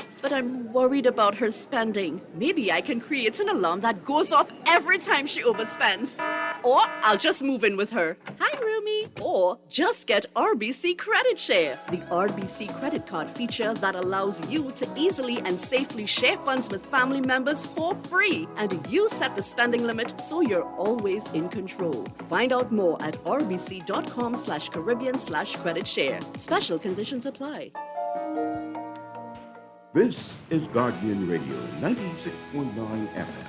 Fresh news, smart talk, all day. Wake up, it's a new day. Wake up, it's a new day. It's the start of a new way. You know that. Blend on Guardian Radio 96.9. Dwight Strachan along with Laverne Gardner. We are talking with former Golden Gates MP Michael Folks. He is seeking the chairmanship of the FNM, and I'm having a great conversation with him so far. This is shaping up to be an interesting race. Quite a few seeking this position. What do you make of all of that? And what should we, the public, make of all of that? And this convention well, you know, in general. Dwight. Yes, you know, Dwight, it's really a wonderful thing for the party. It speaks to the energy and the excitement and how dynamic the party is, and that a lot of people are interested in serving at the highest levels in the party and all throughout.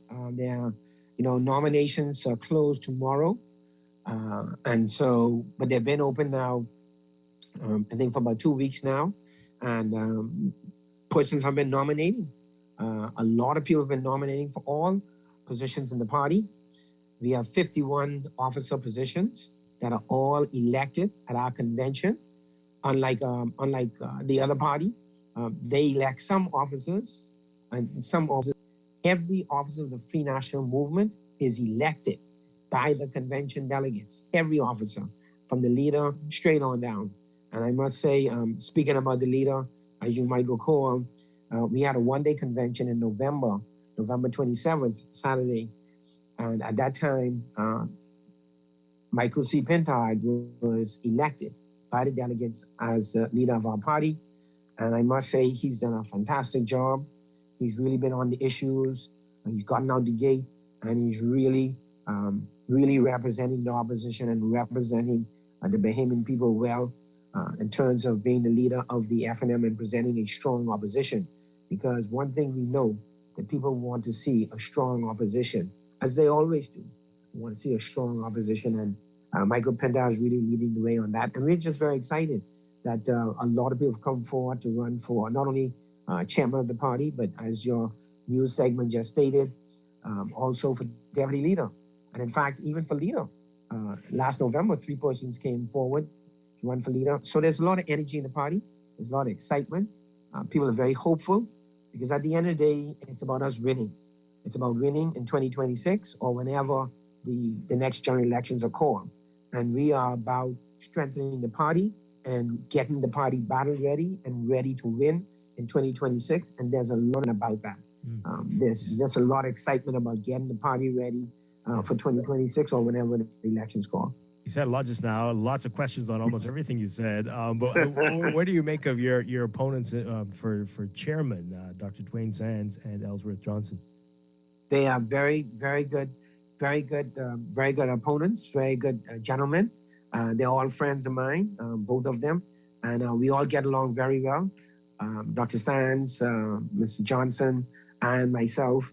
And there's one other person who's indicated that they may get in the race as well, Colin Ingram. And we all get along very well, very cordial, very collegial.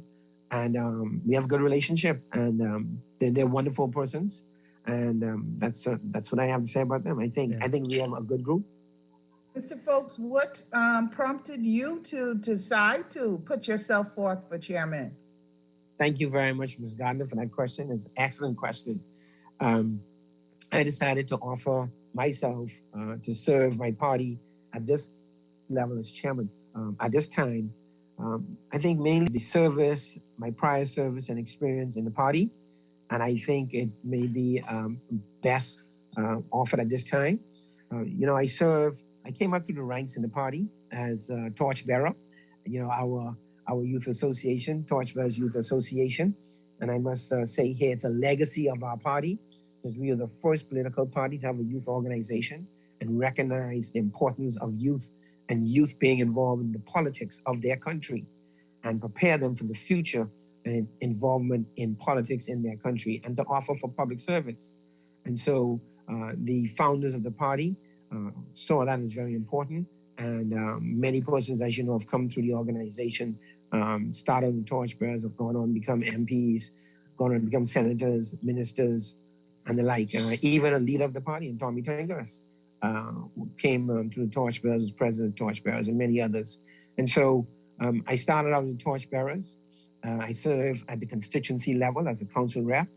I then served as the Deputy Secretary General of the party under Tommy Turnquist. And then I served as the Secretary General of the party. I served as Deputy for 4 years and Secretary General of the party for 8 years consecutively under the leadership of the Right Honorable Hubert Ingram, partly under the leadership of the Most Honorable Hubert Minnis. And I also had an opportunity to serve with 5 different chairmen. So I had the opportunity to see them perform the job, so to speak, up front personal, as you might say. And I learned a lot in seeing them perform the job, their many strengths, and how they approach different situations that arise in the party. And as you know, as a political organizations, there are always things that arise in the party, political organization, because it's very dynamic, and that's just the nature of it. And so it was very, very, very important for me in terms of that experience, working directly and closely with 5 different chairmen, and working directly and closely with both former prime ministers, Right Honorable Hubert Ingram and Minnis, and the experience of coming up through the party over the years, starting out as a torchbearer, as a young man, as a torchbearer, as a teenager. Yeah. So I think those are perhaps the main reasons. And I think I can best serve the party now, if the party would have me to serve in that capacity, by the grace of God and the will of the delegates at our convention, which is scheduled for the 23rd, 24th, and 25th of this month. That's the Wednesday, Thursday, Friday. And the election portion of it will be on the Friday, the last day. And there's been some discussion about whether it would be all virtual or not. And the final decision now is we're going to do virtual for the first 2 days. And then the final day of the election will be in person. And it's intended that persons will pretty much vote where they are. So in Providence, persons will vote in Nassau. Here in Nassau, persons in Grand Bahama, where you are, Ms. Gardner, they'll vote in Grand Bahama. And persons in the Family Islands will vote in the Family Islands. And this is the party, again, being cognizant of the pandemic and really trying its best to have an effective and a good election, but also meeting the protocols and doing what needs to be done in terms of the pandemic. And I must commend Michael Pintard on this innovation mixture of both a virtual, 2-day virtual, and also a vote that's in person, but minimizing everybody come to Nassau like we normally do, and everybody vote here. And so it's been very innovative. And I applaud him and his leadership and the leadership team, the convention committee, and all the persons who are organizing the convention. So how many people are expected to be voting in this with all those islands there? What are we looking at? If we look at the amount of persons who voted in the November convention, that was 500 delegates who were eligible to vote, who were on quote unquote the voters list, so to speak, for the convention. But I can tell you the party is looking forward to creating and honoring individuals as MCMs, what we call meritorious council members.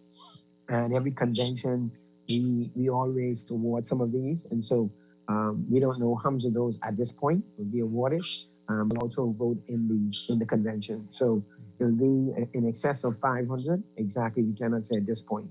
Yeah. But it'll be in excess of 500. And you said 51 positions up for grabs? Yes, sir. My goodness. What do all those people do? What is that?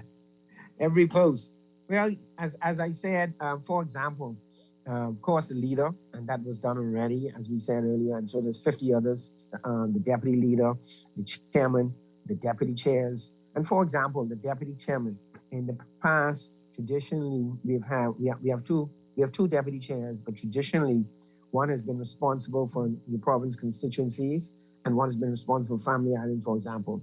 And then you have 5 vice chairs, for example, and those vice chairs, you'd have one responsible for perhaps Grand Bahama and the Family Islands, and it's happened differently from time to time, but basically this is how it works. And then in New Providence, you may have 4 regions in New Providence to work directly with the associations. As I said earlier, the the relationship with the national party and the constituency associations is so critical because, as I said, the base of the party, that's where the voters are. So the strength in the associations, and that's where the work is done. All of the associations really deliver each constituency because, we don't have a general, one big general election. We really have an election in every constituency. And so the team on the ground in that constituency is really where the action is in terms of the door-to-door work, in terms of being close to the voters, in terms of being doing activities in the constituency on an ongoing basis. That is really the work that caused us to win the elections when we win. And so that whole apparatus, that whole regime I just described is critical in terms of the chairman, the deputy chair, the vice chairs, working directly with the various regions in New Providence and Grand Bahama and the Family Islands. And then you have the treasurer of the party. He has 2 deputy treasurers and so on. And you have the secretary general and the deputy secretary generals, the assistant secretary generals. But all of these positions are designed for the party to work efficiently and effectively on the national level. But bearing in mind at all times, the real work at the end of the day is that communication and that working directly with the associations on the ground in each constituency. Well, let's talk about the party, the state of the party. After that election defeat, you yourself lost your seat. What is the state of the F&M right now? How do you describe that? As I said earlier, I think right now we are energized. We're energized. We're excited. We see the opportunity for 2026, and that's what we're about. We're about preparing this party, Mr. Strachan, to win in 2026. That's what we're about. We are focused on that, and what we need to do to put the party in that position. And remember now, in our system of governance, the opposition should at all times be an alternative to the government, because the government can fall at any time. At any time, the government could fall, and so it is imperative for the opposition to be ready and to organize itself, because you never know, the government could fall, and it needs to be an alternative to the government at all times. We remember that's what we're doing. In 2017, when the PLP lost, they made it very publicly known that they were canvassing the country to find out what they did wrong, and meetings and studies and all this stuff, and seeking to make amends almost. We haven't quite heard that from the F&M. Is that necessary? Are you doing that? What's happening exactly? And what do you attribute the loss for? Let me say right off that our leader, Michael Pintard, has indicated that we will do a data-driven empirical analysis as to why exactly we lost. But what we do know is that some of our supporters did not come out to the poll. So the question really is, why that more of our supporters did not come out to the poll? And so, yes, as the leaders indicated, we're going to find that out in terms of a data-driven study. But you're quite right in terms of empirical evidence, but you're quite right. There's a lot of anecdotal, and we're going to be talking to our people throughout the length and breadth of the country, from the Abacos to the islands in between. There's no question, in my view, that we need to get to all the islands and indeed all the settlements and listen to our people and find out what were their frustrations, what were the things they were not happy about, and better and best prepare ourselves and respond to the issues that they've raised with us. And there's no question about it. And then there's another thing that we can do as well, and that is, because of our preparation for the election day, we have some process that we employ that would enable us to identify F&Ms, persons we determine to be F&Ms, who may have not have come out to the poll. So that's another way too that we can really get some direct evidence from persons and as to why exactly they might not have come out to the poll. And there are myriad of reasons why they might not have come out to the poll. but it's important for us to establish it almost like on an empirical basis and talk to people directly, because there is a lot of anecdotal evidence as to why persons may or may not come to the poll, particularly our supporters, because there were 2,100, almost 2,100 in Golden Gates that did not come to the poll, that did not vote. Yeah. Almost 2,100. And so that work, no question, is critical work, because we have to do that to determine the returns of preparing ourselves for 2026. Because Mrs. Sean, Mrs. Gardner, that is where we are. We are serious about the job at hand, and we are serious about preparing this party, and we are serious about winning in 2026, and we are serious about being a strong opposition, because that's when our system works best, when there is a strong opposition.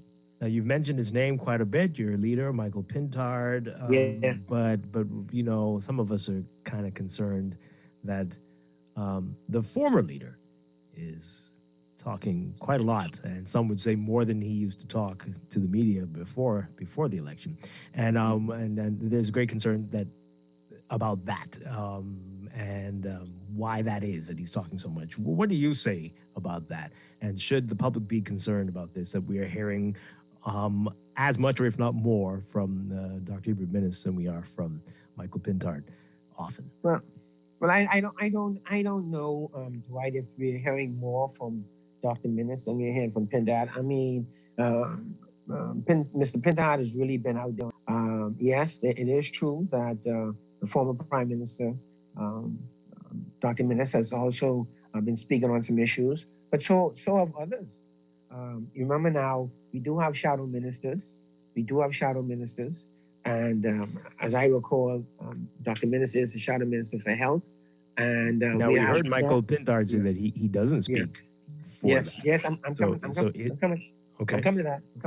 And so we have shadow ministers, and so people speak on those issues. But as we also know, the leader of the party, Michael Pintard, has indicated in terms of the party's positions. The leader in the first instance speaks about those, and also persons that may be identified by the party to speak. And this is what the leader said. But he said, but persons can have their personal views as to various issues, and they're quite entitled to have them. And that's been the position of the leader. And so that's where we are with the issue. Mm-hmm. Do you think that could be damaging, though? I'm hearing from him often. Well, I don't know. I don't know. I think what is really important and what has been happening, Dwight and Mrs. And to your listeners, what is happening and which is important is that the leader of the party is out there on the issues, and there's no question he's out there on the issues, on all the issues, and he's on them quickly whenever they arise. He's on them, and you know what? He's also been very innovative. We saw a press release that was done about a week or so ago. And he came back with the same press release, but it was an audio version. And then it was prepared for a TikTok release, responding to that demographic, which is perhaps a growing, the fastest growing demographics, our millennials. And so all of this is what Michael Pintard has been doing, being very innovative and being on the cutting edge of leadership. And that's what he's going to continue to do. And from time to time, others may make comments of various items. For example, in your newspaper today, Iram, the Member of Parliament for Central Grand Bahama, Iram Lewis, is making a lot of hay about the same Grand Bahama issue. And he's right to be speaking about the Grand Bahama issue. And it's a serious issue, because it seems as though the Prime Minister went to Grand Bahama and told Grand Bahamians he's throwing up his hands. We don't know what to do. The people say they don't want no confidence in coming here. That's incredible that he'd go there and just throw up his hands. And I think Iram Lewis did a very good job speaking to that, talking about Grand Bahama. That doesn't inspire confidence in anybody, and it doesn't give hope to anybody. And Iram Lewis is quite right to be speaking about that. And I think Mrs. Gardner was talking about that earlier. But even in that, I mean, if you're serious about Grand Bahama, let's some real talk. If you're serious with Grand Bahama, why are you just going to Grand Bahama 4 months later? Are you serious? Are you really serious? You've been all around the world. He's taken about 6 to 8 trips already, but no trip to Grand Bahama. Those are good questions, but people will say, well, no trip to Grand Bahama until this week, 4 months later. But the Honorable Prime Minister has been on about 6 to 8 trips at least. But just going to Grand Bahama, and the only news you can have for them is nobody want to invest here. But people will That's say not that serious. you all had 5 whole MPs and yet very little happened. So what do you say to that? You had all the seats. Yes. And let me, and I'm glad you asked that, because let's go back. The reality of it is Grand Bahama has had its challenges for some time, but the decision to allow the Royal Oasis to close really sent Grand Bahama in a spiral, a downward spiral. There's no question. Over 1,500 persons lost their jobs, either directly or indirectly, in the Royal Oasis situation. And frankly, Grand Bahama has had a difficult just trying to rebound since then. And it's been an uphill battle trying to rebound. And of course, we know all the other challenges they've had due to hurricanes, right?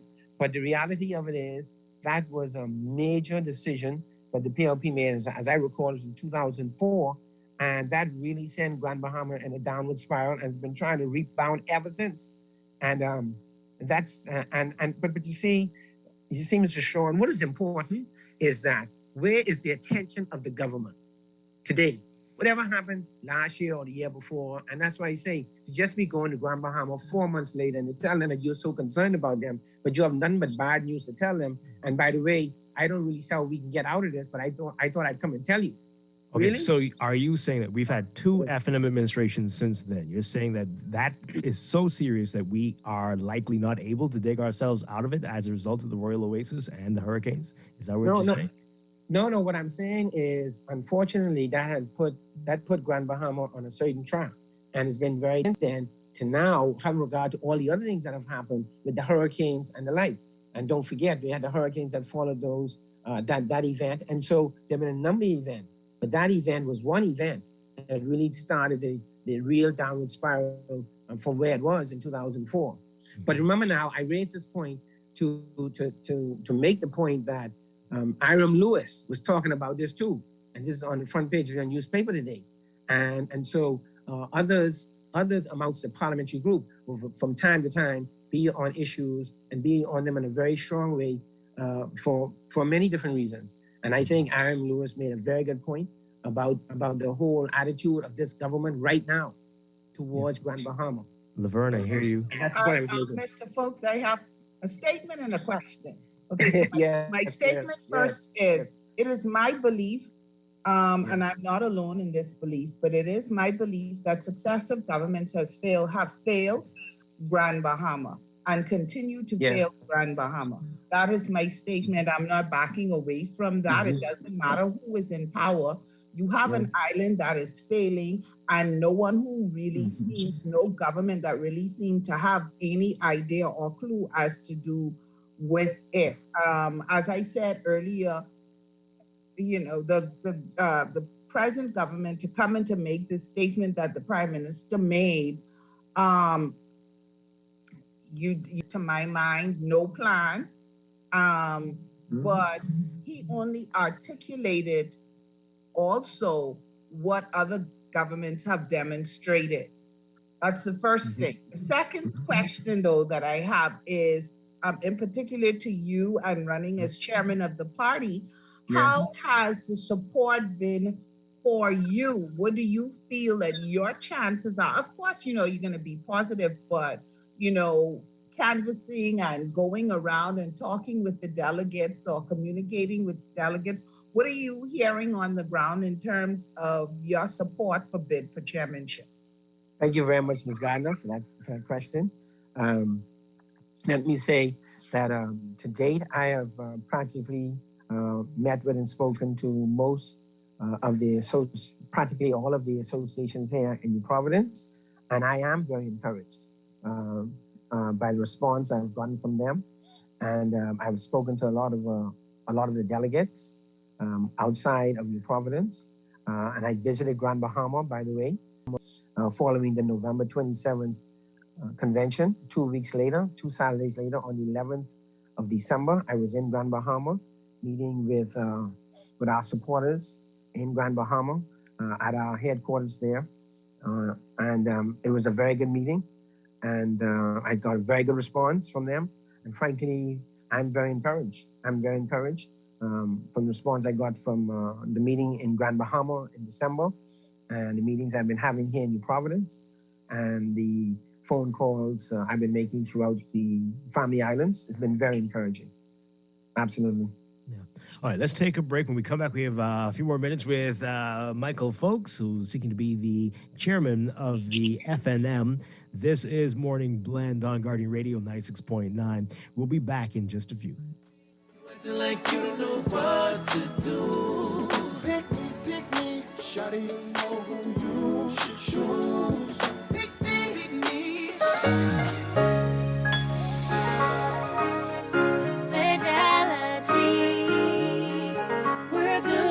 Collecting your money can be to the success of your business. Start your relationship with Fidelity today so that we can show you the many options available to you with our merchant services.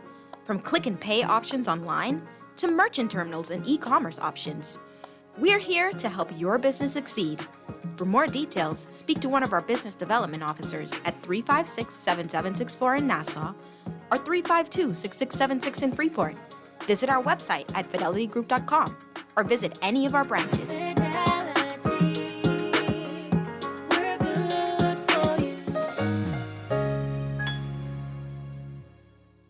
Grand Bahama, it's time to read all about it once again, as the Nassau Guardian starts a weekly Grand Bahama news supplement each and every Tuesday starting February 8th.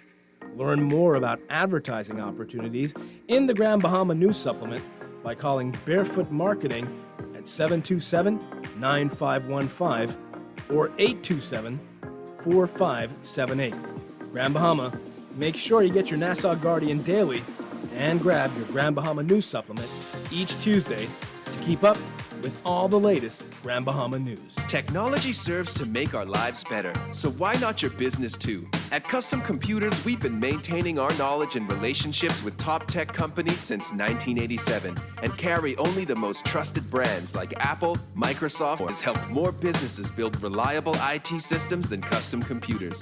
You name it, we've done it. Call 396-1101 to talk to any of our business experts. Find trust in your tech. Count on Custom Computers. Bahamas, we have breaking news. The Prescription Polypharmacy now has an app. Yes, you heard it here first. With this new app, you can refill your prescription and your family's prescription all at your convenience and collect at your convenience. Simply visit www.theprescriptionpolypharmacy.com and download the app today. This breaking news was brought to you by the Prescription Polypharmacy, your pharmacy of convenience. Whenever you want, wherever you are, for all your banking needs, we make it easy. CIBC, First Caribbean, we've got all your banking solutions. CIBC, First Caribbean. CIBC, First Caribbean. Is Guardian Radio 96.9 FM. Fresh news, smart talk, all day. Pick me, you acting like you don't know what to do.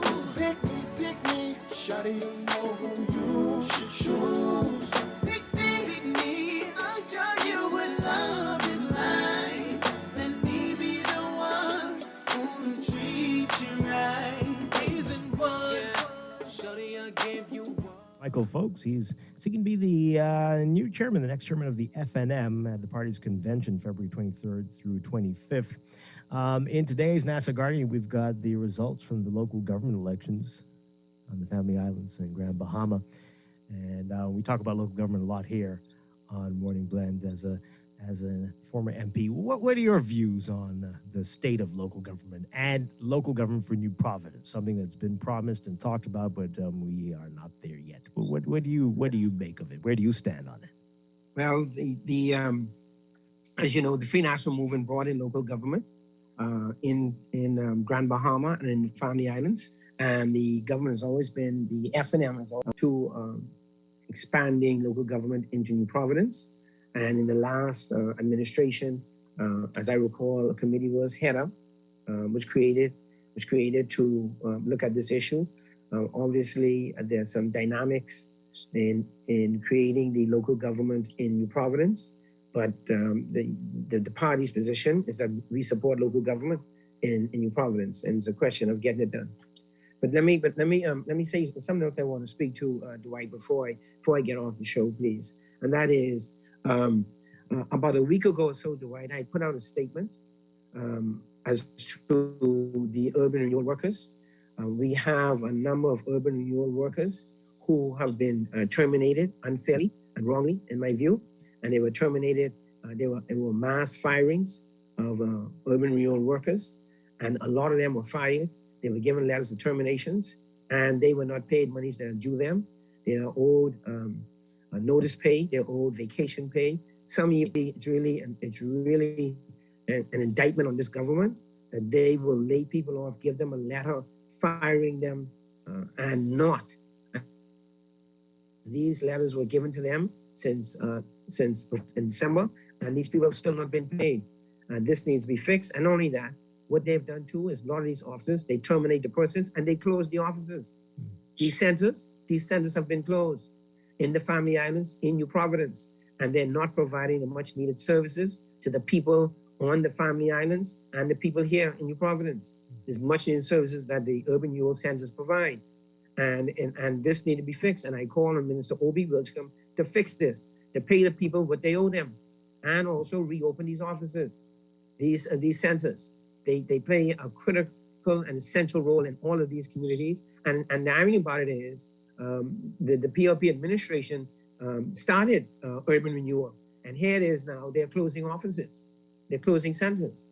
And a lot of these people, because we had a help desk in the headquarters, and a lot of these people cannot pay their bills. They cannot put food on the table. They cannot pay their mortgage. They cannot pay their rent. They cannot pay their school fees for the children. And they're really struggling. These are all Bahamians. Whatever you might think their political affiliations are, meaning the PLP and Obi Wilchcombe, he needs to address this issue, and he needs to address it forthwith, and he needs to fix it. He needs to fix this issue because people are really struggling, and money is owed to them by the government. Meanwhile, the government is spending money on Dubai and all these other things, but meanwhile, they owe money to people who they're terminated, and they've not paid them. And this money needs to be paid to the people and paid forthwith, post haste.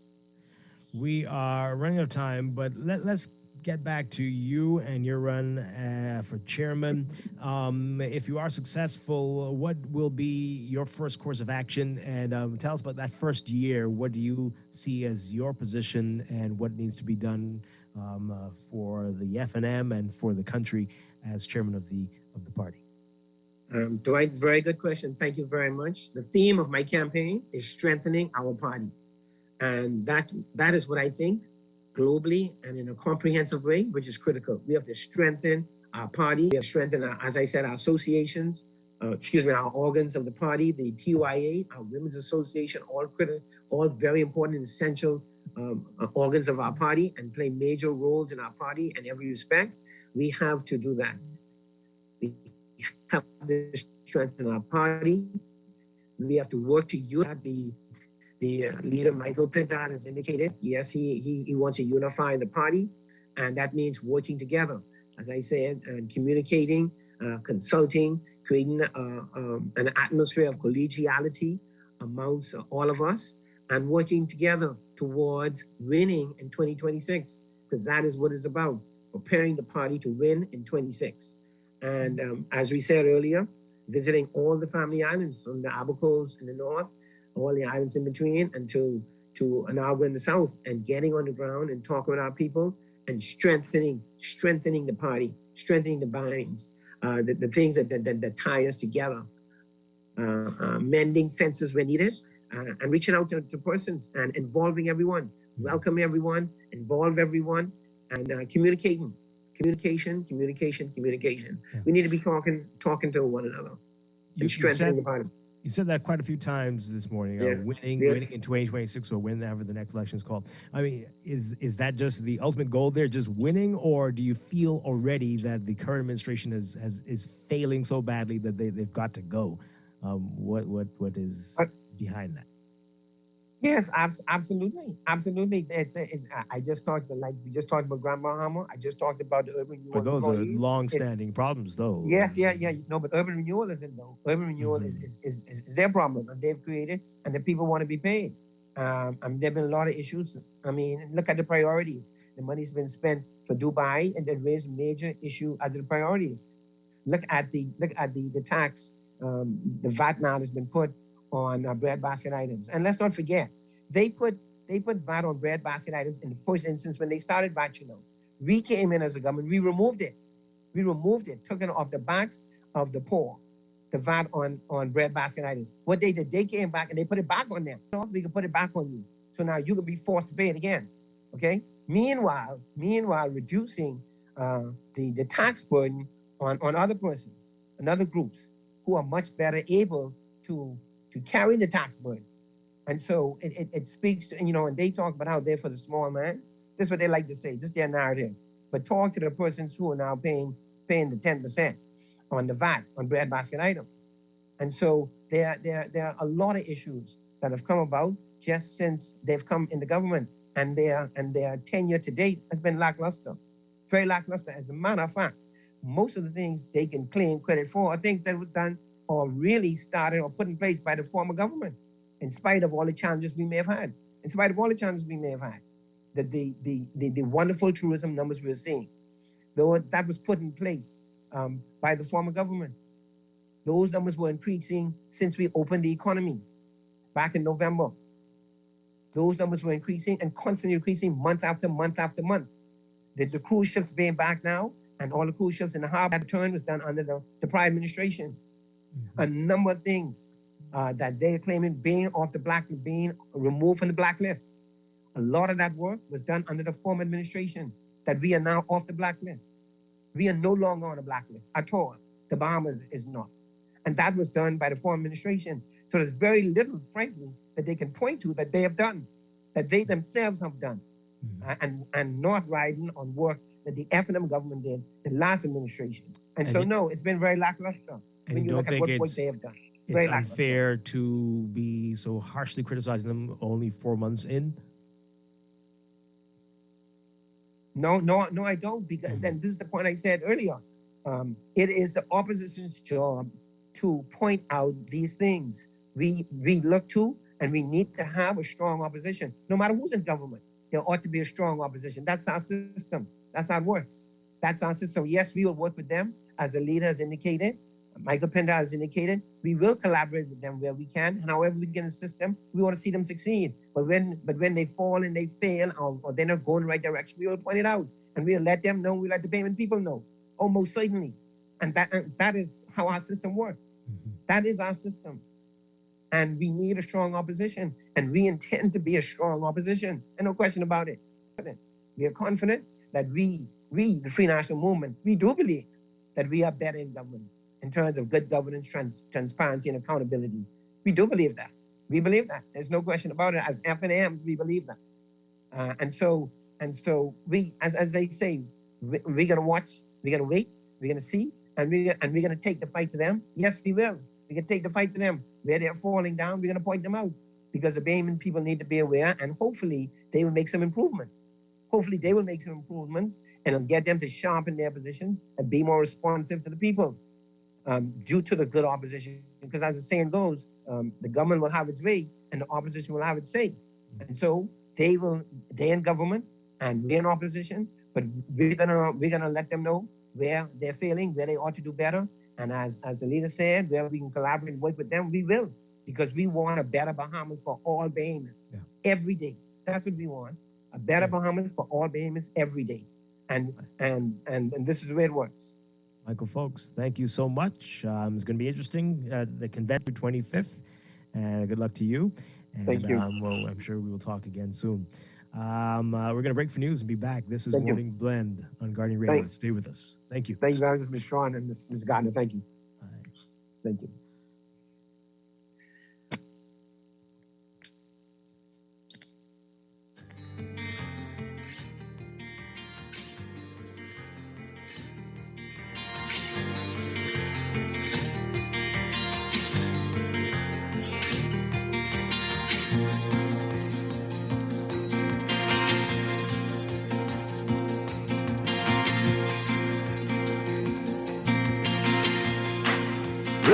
is Guardian Radio 96.9 FM, Nassau, Bahamas.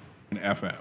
The views and opinions of the hosts and guests are their own and do not necessarily reflect the position of the management and staff of Guardian Network. Wake up, it's a new day. Wake up, it's a new day.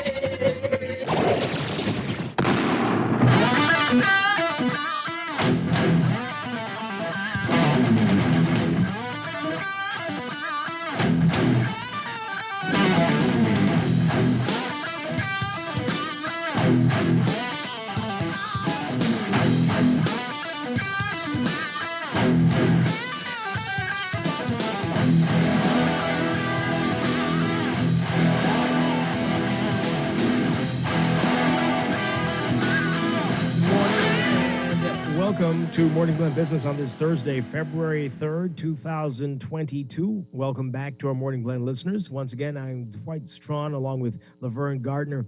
And this morning we kick off 2 days of discussions about Grand Bahama and what's happening there. Just can we say crisis? It's been a crisis for so long that I don't know if that's the right word, but we know that we're extremely challenged, and we're going to be focusing on that today and tomorrow. Tomorrow we're getting a roundtable together to discuss what needs to be done. But today we're looking at some big stories in the news about Grand Bahama and some reaction to some things that have been said recently. We talked about that just now quite a bit, Laverne. What's really at the heart of the challenges in Grand Bahama. But as you rightly pointed out, it's successive governments just don't seem to have the plan.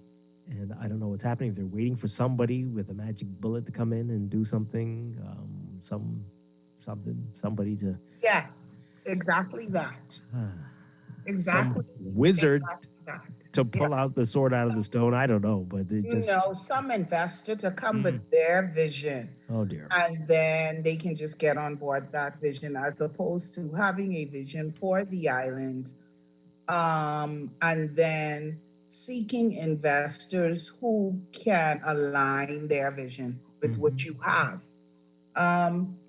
What I also found interesting, Dwight, the Prime Minister said, if you recall, earlier in the show, I said, one of my first thoughts was, I wonder if he met with the principals of the Port Authority and they had dialogue prior to him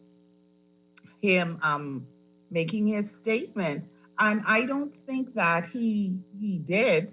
And I'm saying that because the president of the Port Authority, Grand Bahama Port Authority, Ian Roll, he was on ZNS, the Northern Service, our news, and, just talking about what is happening in Grand Bahama from his perspective, saying that he was completely, I'm paraphrasing, completely unaware of any would-be investors from Dubai coming to Grand Bahama and then changing their mind.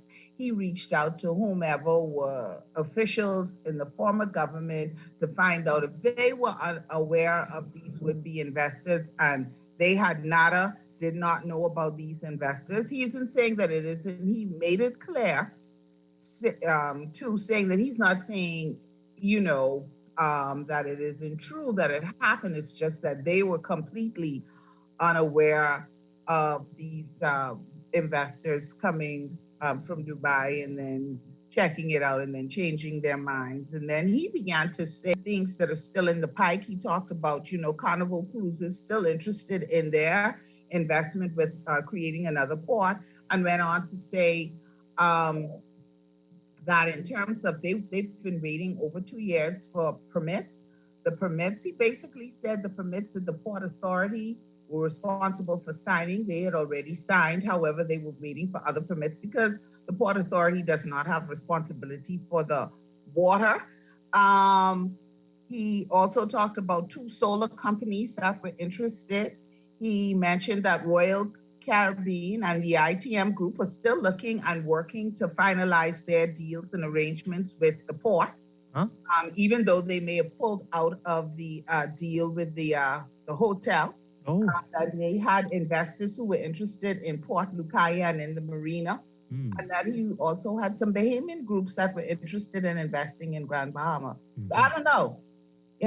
I'm just saying, he said all of this. So it led me to believe that my assumption that perhaps the prime minister did not have a conversation with him prior to making his statement was true. Well, maybe to be talking about two different things. Maybe those investors didn't want to talk to the port because of various reasons. Maybe I don't know. But it is investors.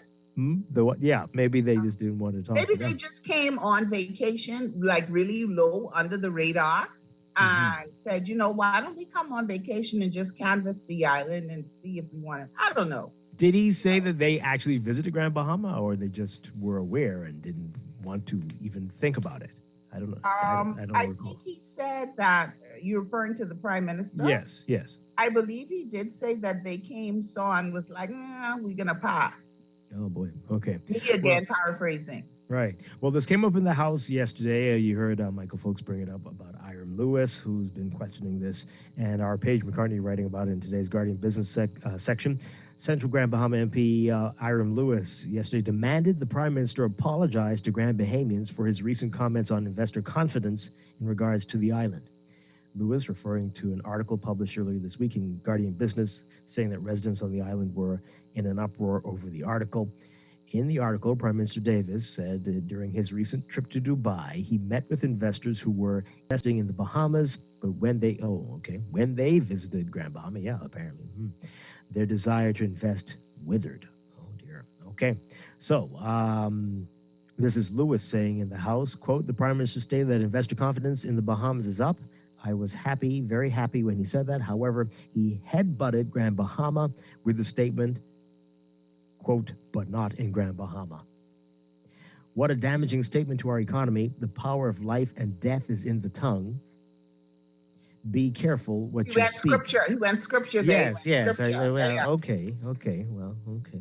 If only we could speak power into Grand Bahama. If only it were that simple. But okay, we could do that. We could dedicate 12 hours to it on Guardian Radio. We'd be willing to do it. It's just powerful Here's the thing, speaking. though. What I can say, what I'm tired of, and I'm not the only Grand Bahamian that feels this way, but let me speak for me. Here's what I'm tired of. I'm tired of Grand Bahama being used as a prop to point out the abysmal performance of government, right? So when one party is in power, they say you did nothing with Grand Bahama. Then they come into power and then they say, look at Grand Bahama. You've done nothing with Grand Bahama. I'm tired of Grand Bahama being used as a prop to point out government's failures. I'm tired of people coming and campaigning for their parties and then, using Grand Bahama again. Oh my God, Grand Bahama. It's so this, it's so that. There are still people sleeping in cars. You know what? Just stop. I wish they would just all stop, because your intentions, there's no real true intention other than just talk for all of them.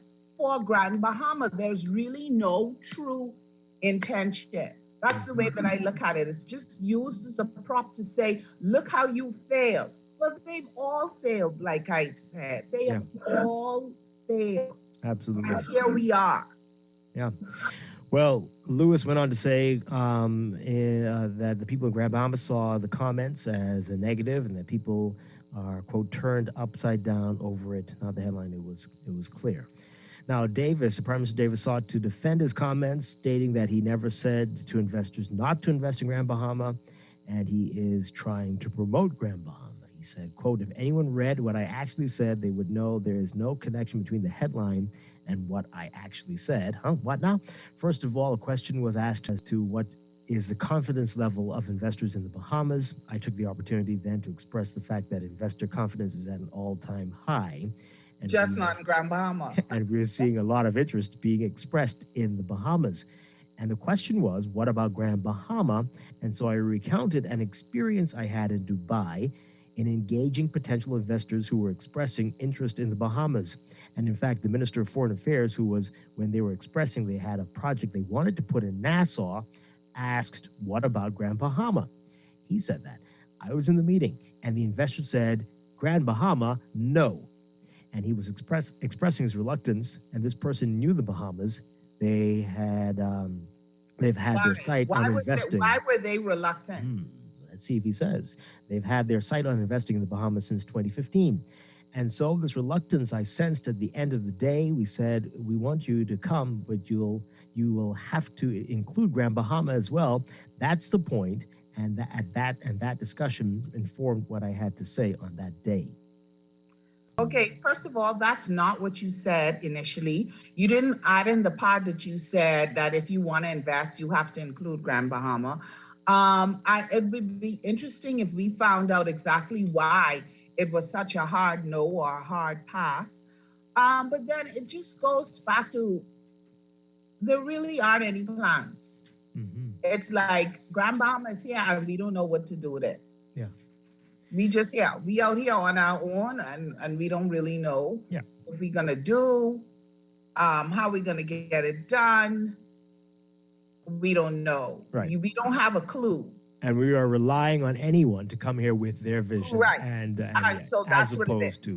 As opposed to saying, this is what we want for the island. This is what our we people would like to have. Yeah. And these are the investors that we're going after to support this vision that we have. Yeah. It's more of a, okay, what you say you want to do? Oh, okay, then. Let's go with that. Absolutely. Go with that. Yeah, we will be the capital of that for the whole world. Yeah, we like it. We're going to be the technology hub. We're going to be the golfing tourism hub. We're going to be the maritime hub. We're going to be the industrial hub. The acrobat capital of the world. Yes, all of it. Whatever you want us to do. Whatever we need to be. Yeah. Let's get your views on all this. Whatever you say we need to be. Exactly. Give us a call, folks. Tell us what you think about that. 323-6232, 325-4316, 325-4259. Tweet us, Facebook us, text us, 422-4796. Why is it so difficult for us to come up with a plan for Grand Bahama? What's really holding it back? Why did that investor react so strongly to Grand Bahama? What's really going on? That's what I would like to know. Why was it such a hard pass? I'm sure they asked. Is it because they don't want to work with the Grand Bahama Port Authority? Is that the issue? Let us know. What is it? What is it? Yep. Let us know, folks. Give us a call, tweet us, Facebook us, text us. And there's a lot more in the news from Grand Bahama. We heard some stuff about the airport, but also Grand Lucaya, where things stand with that. For more on where things stand with the Grand Lucayan, take a listen to this report from our Jasmine Brown. The Deputy Prime Minister telling members of Parliament that the Davis administration is closer to selling the Grand Lucayan Resort. And therefore, to expedite now the sale of the resort with the best possible terms, the Board of Lucayan Renewal Holdings Limited, the special purpose vehicle created, has engaged the services of Colliers International, a world-renowned real estate company with a vast professional network that is accustomed to handling large-scale, high-end touristic transactions. When it comes to potential buyers who are showing interest in the property, Cooper says that number has climbed to 7. Companies interested in purchasing the resort will at a minimum be required to provide proof of funding and a vision and a plan to restore and revolutionize, help us open again the economy of Grand Bahama with a shared vision for the growth and development of this island. The offer process has begun in earnest. It will close at 5 p.m. on Wednesday, March the 2nd, 2022. Offers will be subject to rigorous due diligence to be vetted by Colliers and the Board of Lucayan Renewal Holdings Limited. The Minutes administration purchased the Hong Kong conglomerate Hutchison Whampoa in August 2018 for $65 billion in a controversial move that Cooper called egregiously bad. Royal Caribbean Cruise Lines and the ITM Group, via a joint venture called Bahamas Port Investments Limited, signed the agreement to purchase the Grand Lucayan for $50 million in March 2020. But the Davis administration announced last year that it canceled the sale, with Cooper saying it was not in the best interest of Bahamians. He now says the government is doing what it can to ensure the resort's future owners have the right vision. And we will not tarry in causing there to be as swift as possible a transaction on the best terms possible to move this investment along. Reporting for Guardian News Network, I'm Jasmine Brown. Okay. Interesting text messages here. Someone says here, Dwight, to be fair, governments are not responsible for creating visions and projects. Okay, well, those are two different things, and I think you're not correct on one. They maintain and support ventures. I think we expect too much. No. And maybe not central governments. Although I don't even know about that. And this is why we need strong local government, municipal, island, whatever. But that is incorrect. You need a visionary, be it a mayor or a governor or whatever you want to call the person. Sometimes but you need that, and that's how it works, right? You need the people come together. We did that in Grand Bahama, Laverne. You remember the group that came together and developed a plan for Grand Bahama, and what happened to that? They had it all laid out there. Why aren't we implementing that? Even a part of it. I feel like it was just something to do. Okay, let's put this together, and you have people sit down and take the time, give their input. These are the directions. This is the directions that we can go in. This can work, and at the end of the day, it's just a document to say that you have. It's not up to the government to do it. When people do it, they need to find a way to implement it, and we're not even seeing that, right? But sometimes it does need to be at the governmental level to develop a plan. Again, maybe not central government, when you have so many other things to do, but let local government deal with that. And right now, the local government we have in this country is not empowered to do those things. No. They are just there to tidy up the place, essentially. We're getting some really negative text messages about Grand Bahama, and it's very disturbing how Bahamians think about a part of our country. People saying they don't see what the big deal is. I don't know if they're trying to be funny. Got quite a few saying sell it to the Americans. This is one here. I'm sorry, but I don't see the value in Grand Bahama. The island has no overwhelming opportunities or attractions. The most beautiful beaches are in Exuma. The commercial activity is in Nassau. And if I want peace and quiet, I go to Bimini. What's special about Grand Bahama? Okay, so what do you want to do? What do you suggest? Just sink it? What? Laverne, I sent you one that I didn't read a few days ago. I thought it was it's humorous. Read it so people understand how people not in Grand Bahama view the island. And maybe that's why it's having the challenges that the rest of the country isn't on board. Do you think that's what it is? But this one that you got... Sure, that's part of it. Yeah. This person says here, Dubai ain't want Grand Bahama because Grand Bahama isn't attractive. Imagine you go to a bar and see a group of pretty gals. One named Nassau, one named Lutra, one named Abaco, and one named Freeport. Lutra and Abaco look full of life, and Nassau look popular and busy. The one named Freeport looks barren.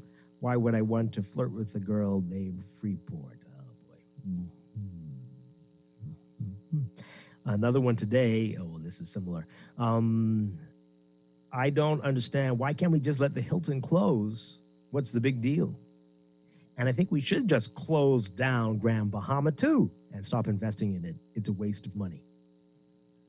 Wow. Okay. Second most populated island in the Bahamas. It's a waste of money. It's a waste. Right? It's a waste of money and time. It's a waste of money. And let me say again, Freeport is not Grand Bahama, right? Let me just say that because I don't know. That's also scary because outside of Freeport, it's even worse. Right. It's even worse. So that's my thing. So even if I always say, even if you say, oh, the biggest issue is the Grand Bahama Port Authority. Well, their responsibility is Freeport Lucaya. Why isn't the eastern or western part of the island flourishing or things going on there? Why aren't people trying to move out of Freeport to go into the eastern western parts of the island where the government has more, for lack of a better term, influence, because things are popping and happening there, right? Yeah. But that's not the case. It is the entire island of Grand Bahama. Yeah, awful. All right, let's take these calls. Good morning, caller. On Morning Blend Business. Good morning, Dwight. How you doing? Doing well. Good morning, Lorraine. Morning. Yeah, let me see if I could make some clarity to the article that you all discussing this morning. First of all, the country needs new money. Freeport was designed to be an industrial city. You had Centex, you had Boco, et cetera, et cetera. I think they have the trade $1 billion in this part of the world. Now, what's being done, I could agree with the woman when you say to run up the eastern part. The pressure on Freeport, the same concession you give to your people, you do to our people, our BNE people. Let them bring in investors. They bring in the United States colleges and universities. They got friends. You know what I mean? You have to find a way to make people spend money, not tax yourself out of this foolishness. See, and yeah, like I keep telling you guys, nothing is going to change this country until the most school die. We had that people thing that Mr. Christie going to extend up another 35 years. That don't make no sense. We want it easy. We don't like most of our people who like to wait. You know what I mean? You know, but the Bahamas is a rich place, you know. We could go anything in the Bahamas, you know. Andros is the 5th largest island in the Caribbean. You go everything, but we just lazy, man. That too is a model isn't working any longer. We don't need no more hotels on the island of the Providence, right? You know, I don't know how we can make it, man. You know, but thank God, I just trying to stay focused, man. I try to take my call.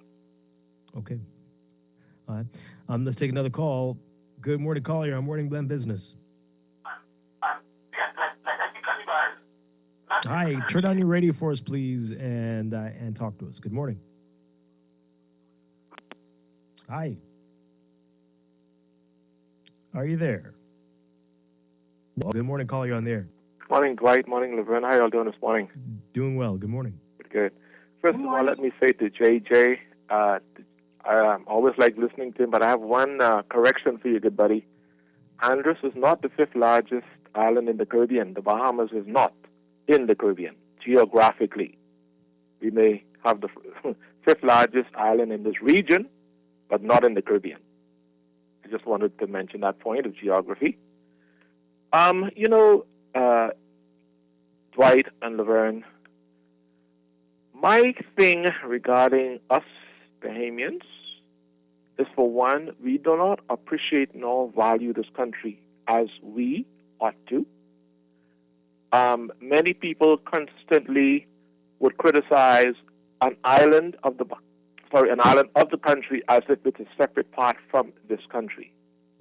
What affects Inagua affects the whole country, albeit at different degrees. What affects Grand Bahama affects the whole country at joint venture and ownership are two buzzwords that we Bahamians do not use. And I'm talking about the Grand Lucayan Resort property.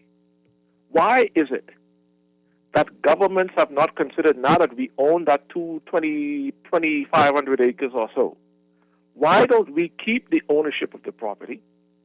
Why don't we bring Bahamians together to come up with a good master plan for that area, and then have Bahamians, or have set up a Bahamian investment corporation that the Bahamian citizens will own the majority of the shares in, and the Grand Lucayan property would be the asset of that corporation. Then we as a people, with our vision, go out and then sell the idea in respect to raising money to develop the project. Why is it that we are always going after and looking at non-Bahamians to develop the Bahamas?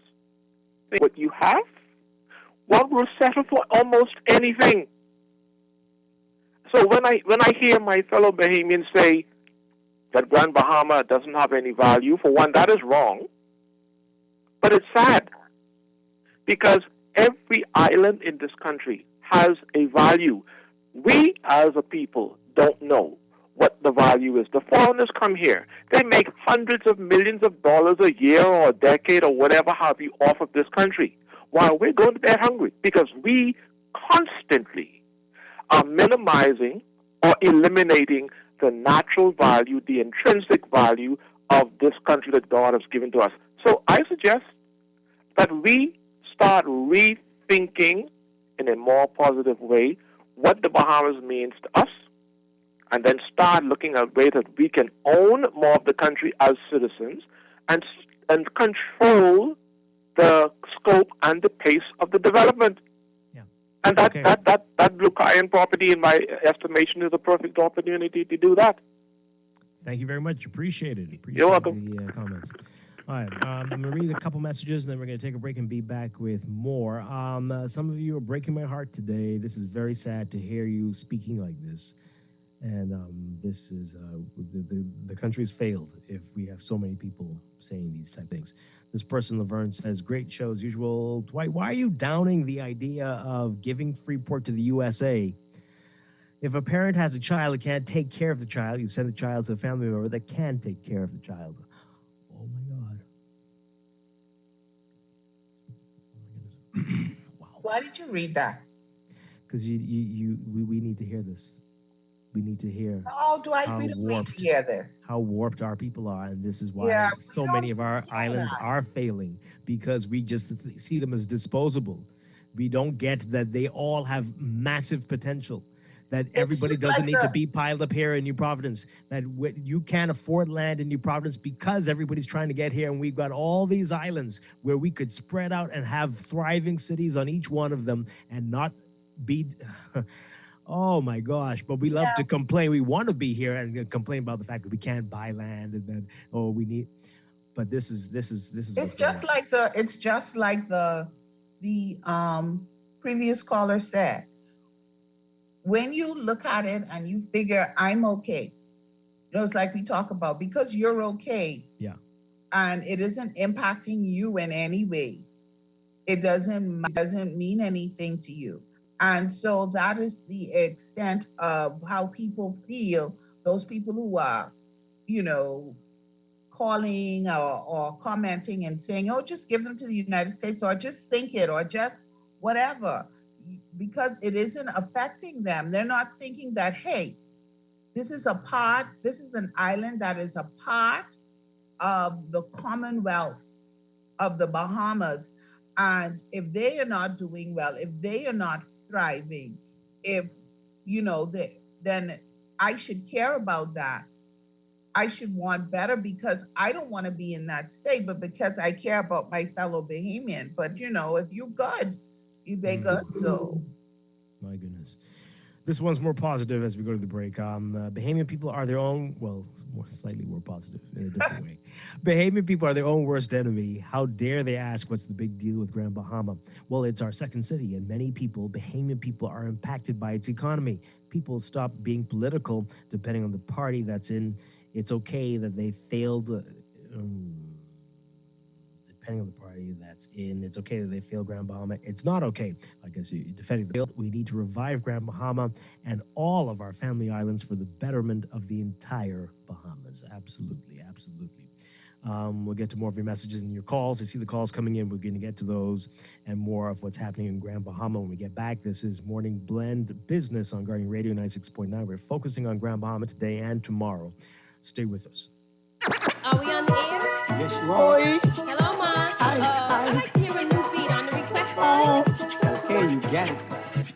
When I was a rising star, West End was the place to go.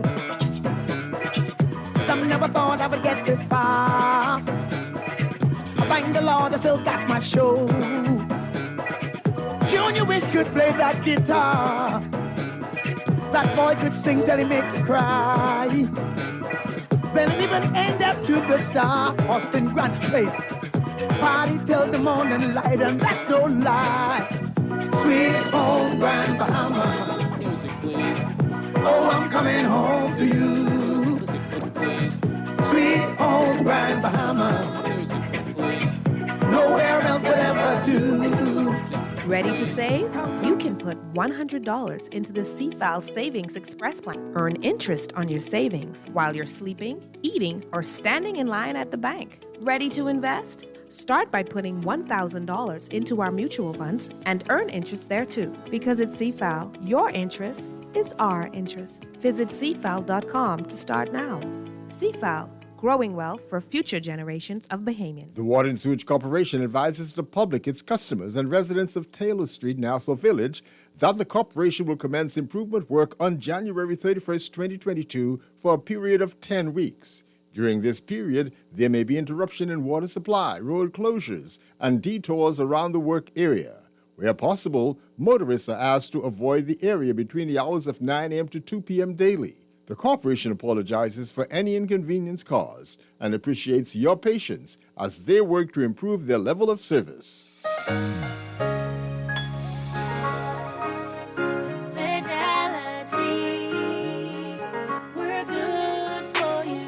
We believe in relationship banking.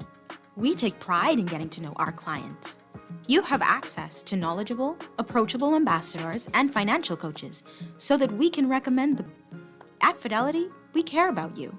From your financial health to your physical health, we can relate to you because we're just like you.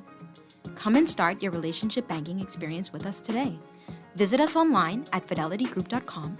Visit any of our branches in Nassau or Grand Bahama, or phone 356-7764 in Nassau or 352-6676 for Freeport.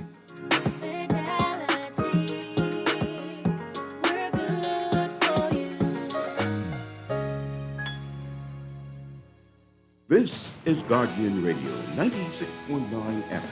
Fresh news, smart talk, all day.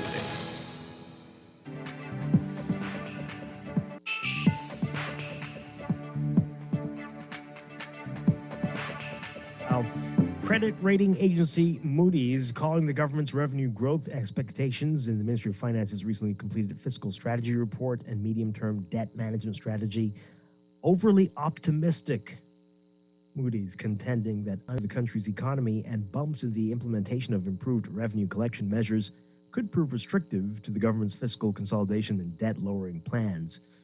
Moody's noted in its latest credit outlook that the government is much more likely to experience a gradual increase in revenue and make up for any shortfall by reducing spending in order to comply with fiscal targets. Moody's adding that if the government's efforts to improve revenue collection efficiency fails to meet the mark, it could turn to tax increases. Moody's report explains that the Ministry of Finance is hoping its reestablished Revenue Enhancement Unit can increase revenue collection by more than $200 million over the next 2 years, while the Revenue Enhancement Policy Committee hopes to find new revenue sources. It points out that the government also hopes real property tax collection will improve by more than $100 million by 2024. The Bahamas attracted approximately 1.99 million tourists during 2021, the majority of which, 1.11 million, were cruise visitors, 141 were stopover visitors. Preliminary data from the Ministry of Tourism, released by the Tourism Analytics, a consulting firm headed by former Ministry of Tourism executive James Heppel, finding that during calendar year 2021, the country saw a 94.9% increase in the number of stopover visitors, growing from 452,678 in calendar year 2020. The firm says that the country received a total of 1,115,181 cruise visitors, an 84% increase, in 2021.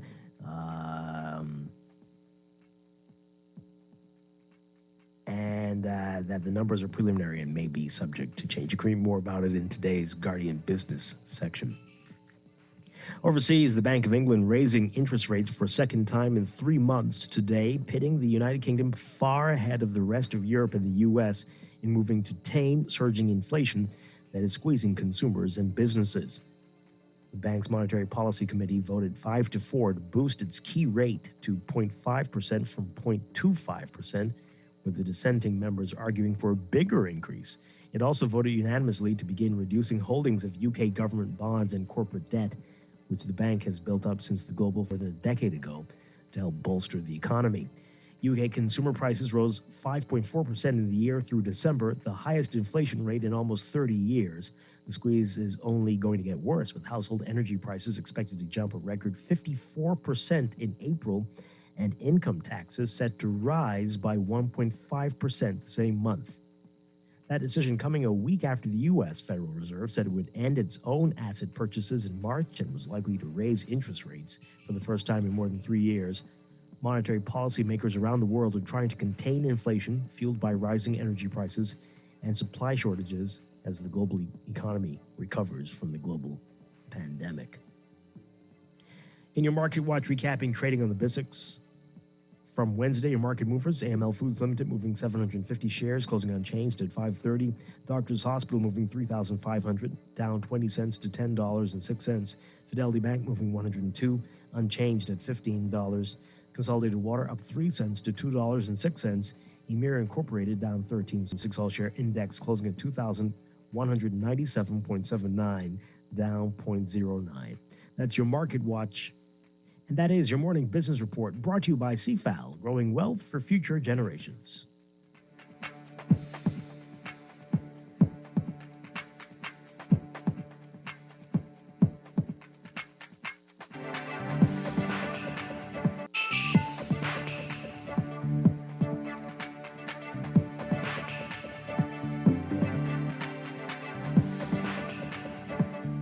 Are we on the air? Yes, you are. Hello, Ma. I'd like to hear a new beat on the request line. Okay, you got it. Morning Blend Business on Guardian Radio 96.9. Dwight Strong with Laverne Gardner. We are talking about Grand Bahama, the challenges facing the island. So many issues, and getting your reaction to it. You can call in 323-6232, 325-4316. 325-4259. Tweet us, Facebook us, text us. We'll get to your text messages in a bit. Many of them are very concerning messages. I don't understand how we got to this point, but wow. We knew that the airport has been a disaster. There's no other way to put it, and embarrassing. It's another word we can say. But wow, the tourism minister, speaking about this yesterday. More challenges for the Grand Bahama International Airport. Take a listen to this report from our Tashina Robinson.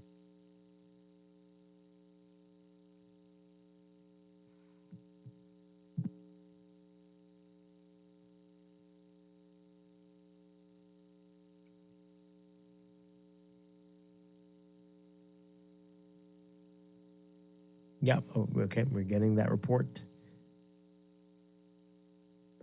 While we wait to pull that up. So here's what he's saying.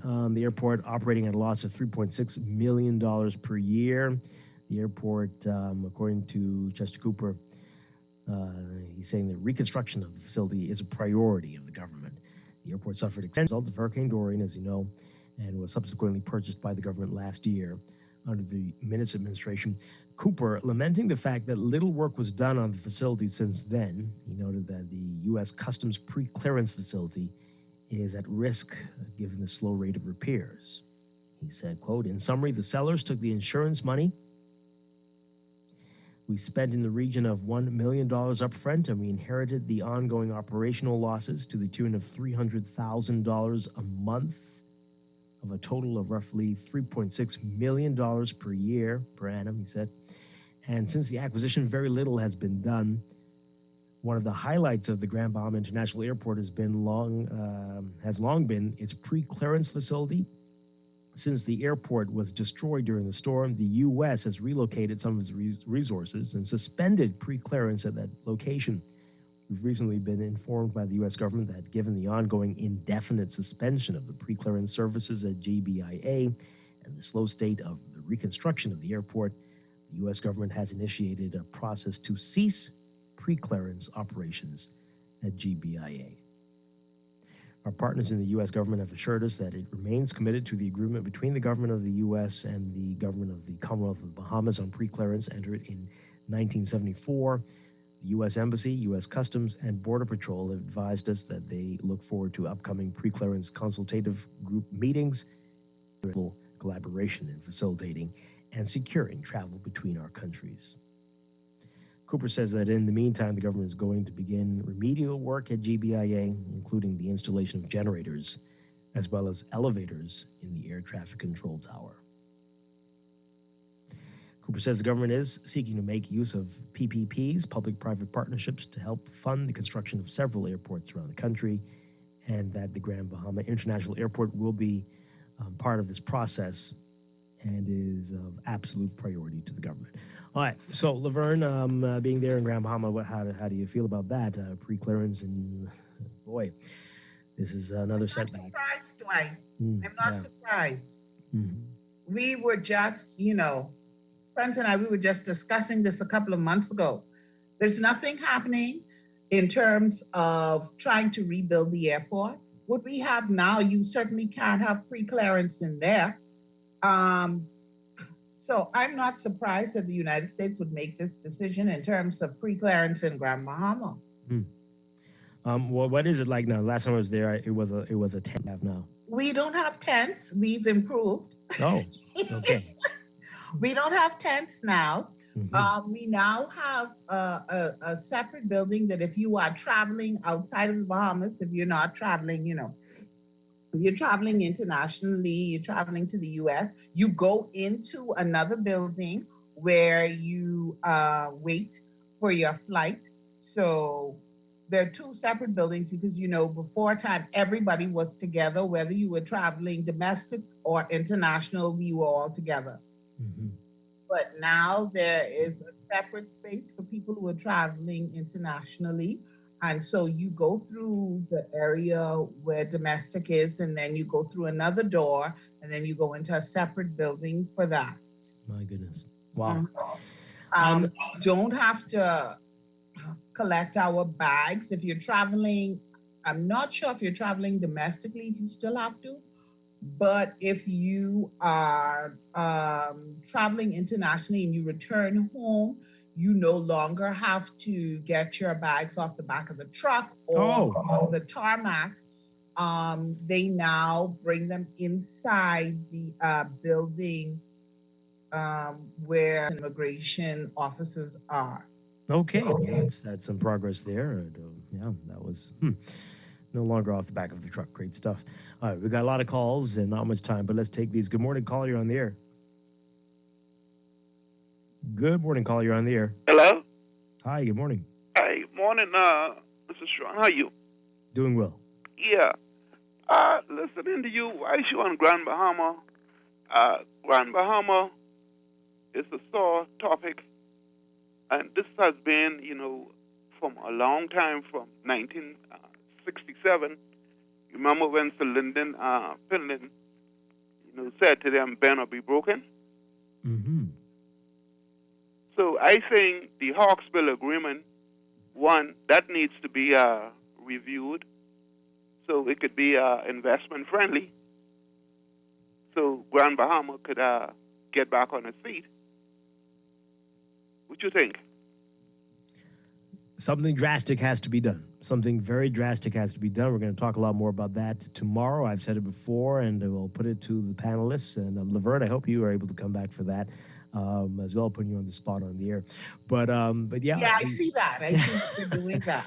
But, I've said it, the port needs to become a public entity, and that everybody who has a position, it should be elected officials who are answerable to the people of Grand Bahama, especially the people of Freeport-Lucaya, and that there needs to be models like that all over the island of Grand Bahama and all over the country, right? Where elected officials headed by a mayor and council members, they would be responsible for the vision of the island and determining what the direction is, and that they have the power to raise funds to do this and to go out there and attract investors, local investors, national investors, international investors, whatever it takes, and only need to talk to the central government when there are emergencies or major issues that need to be dealt with.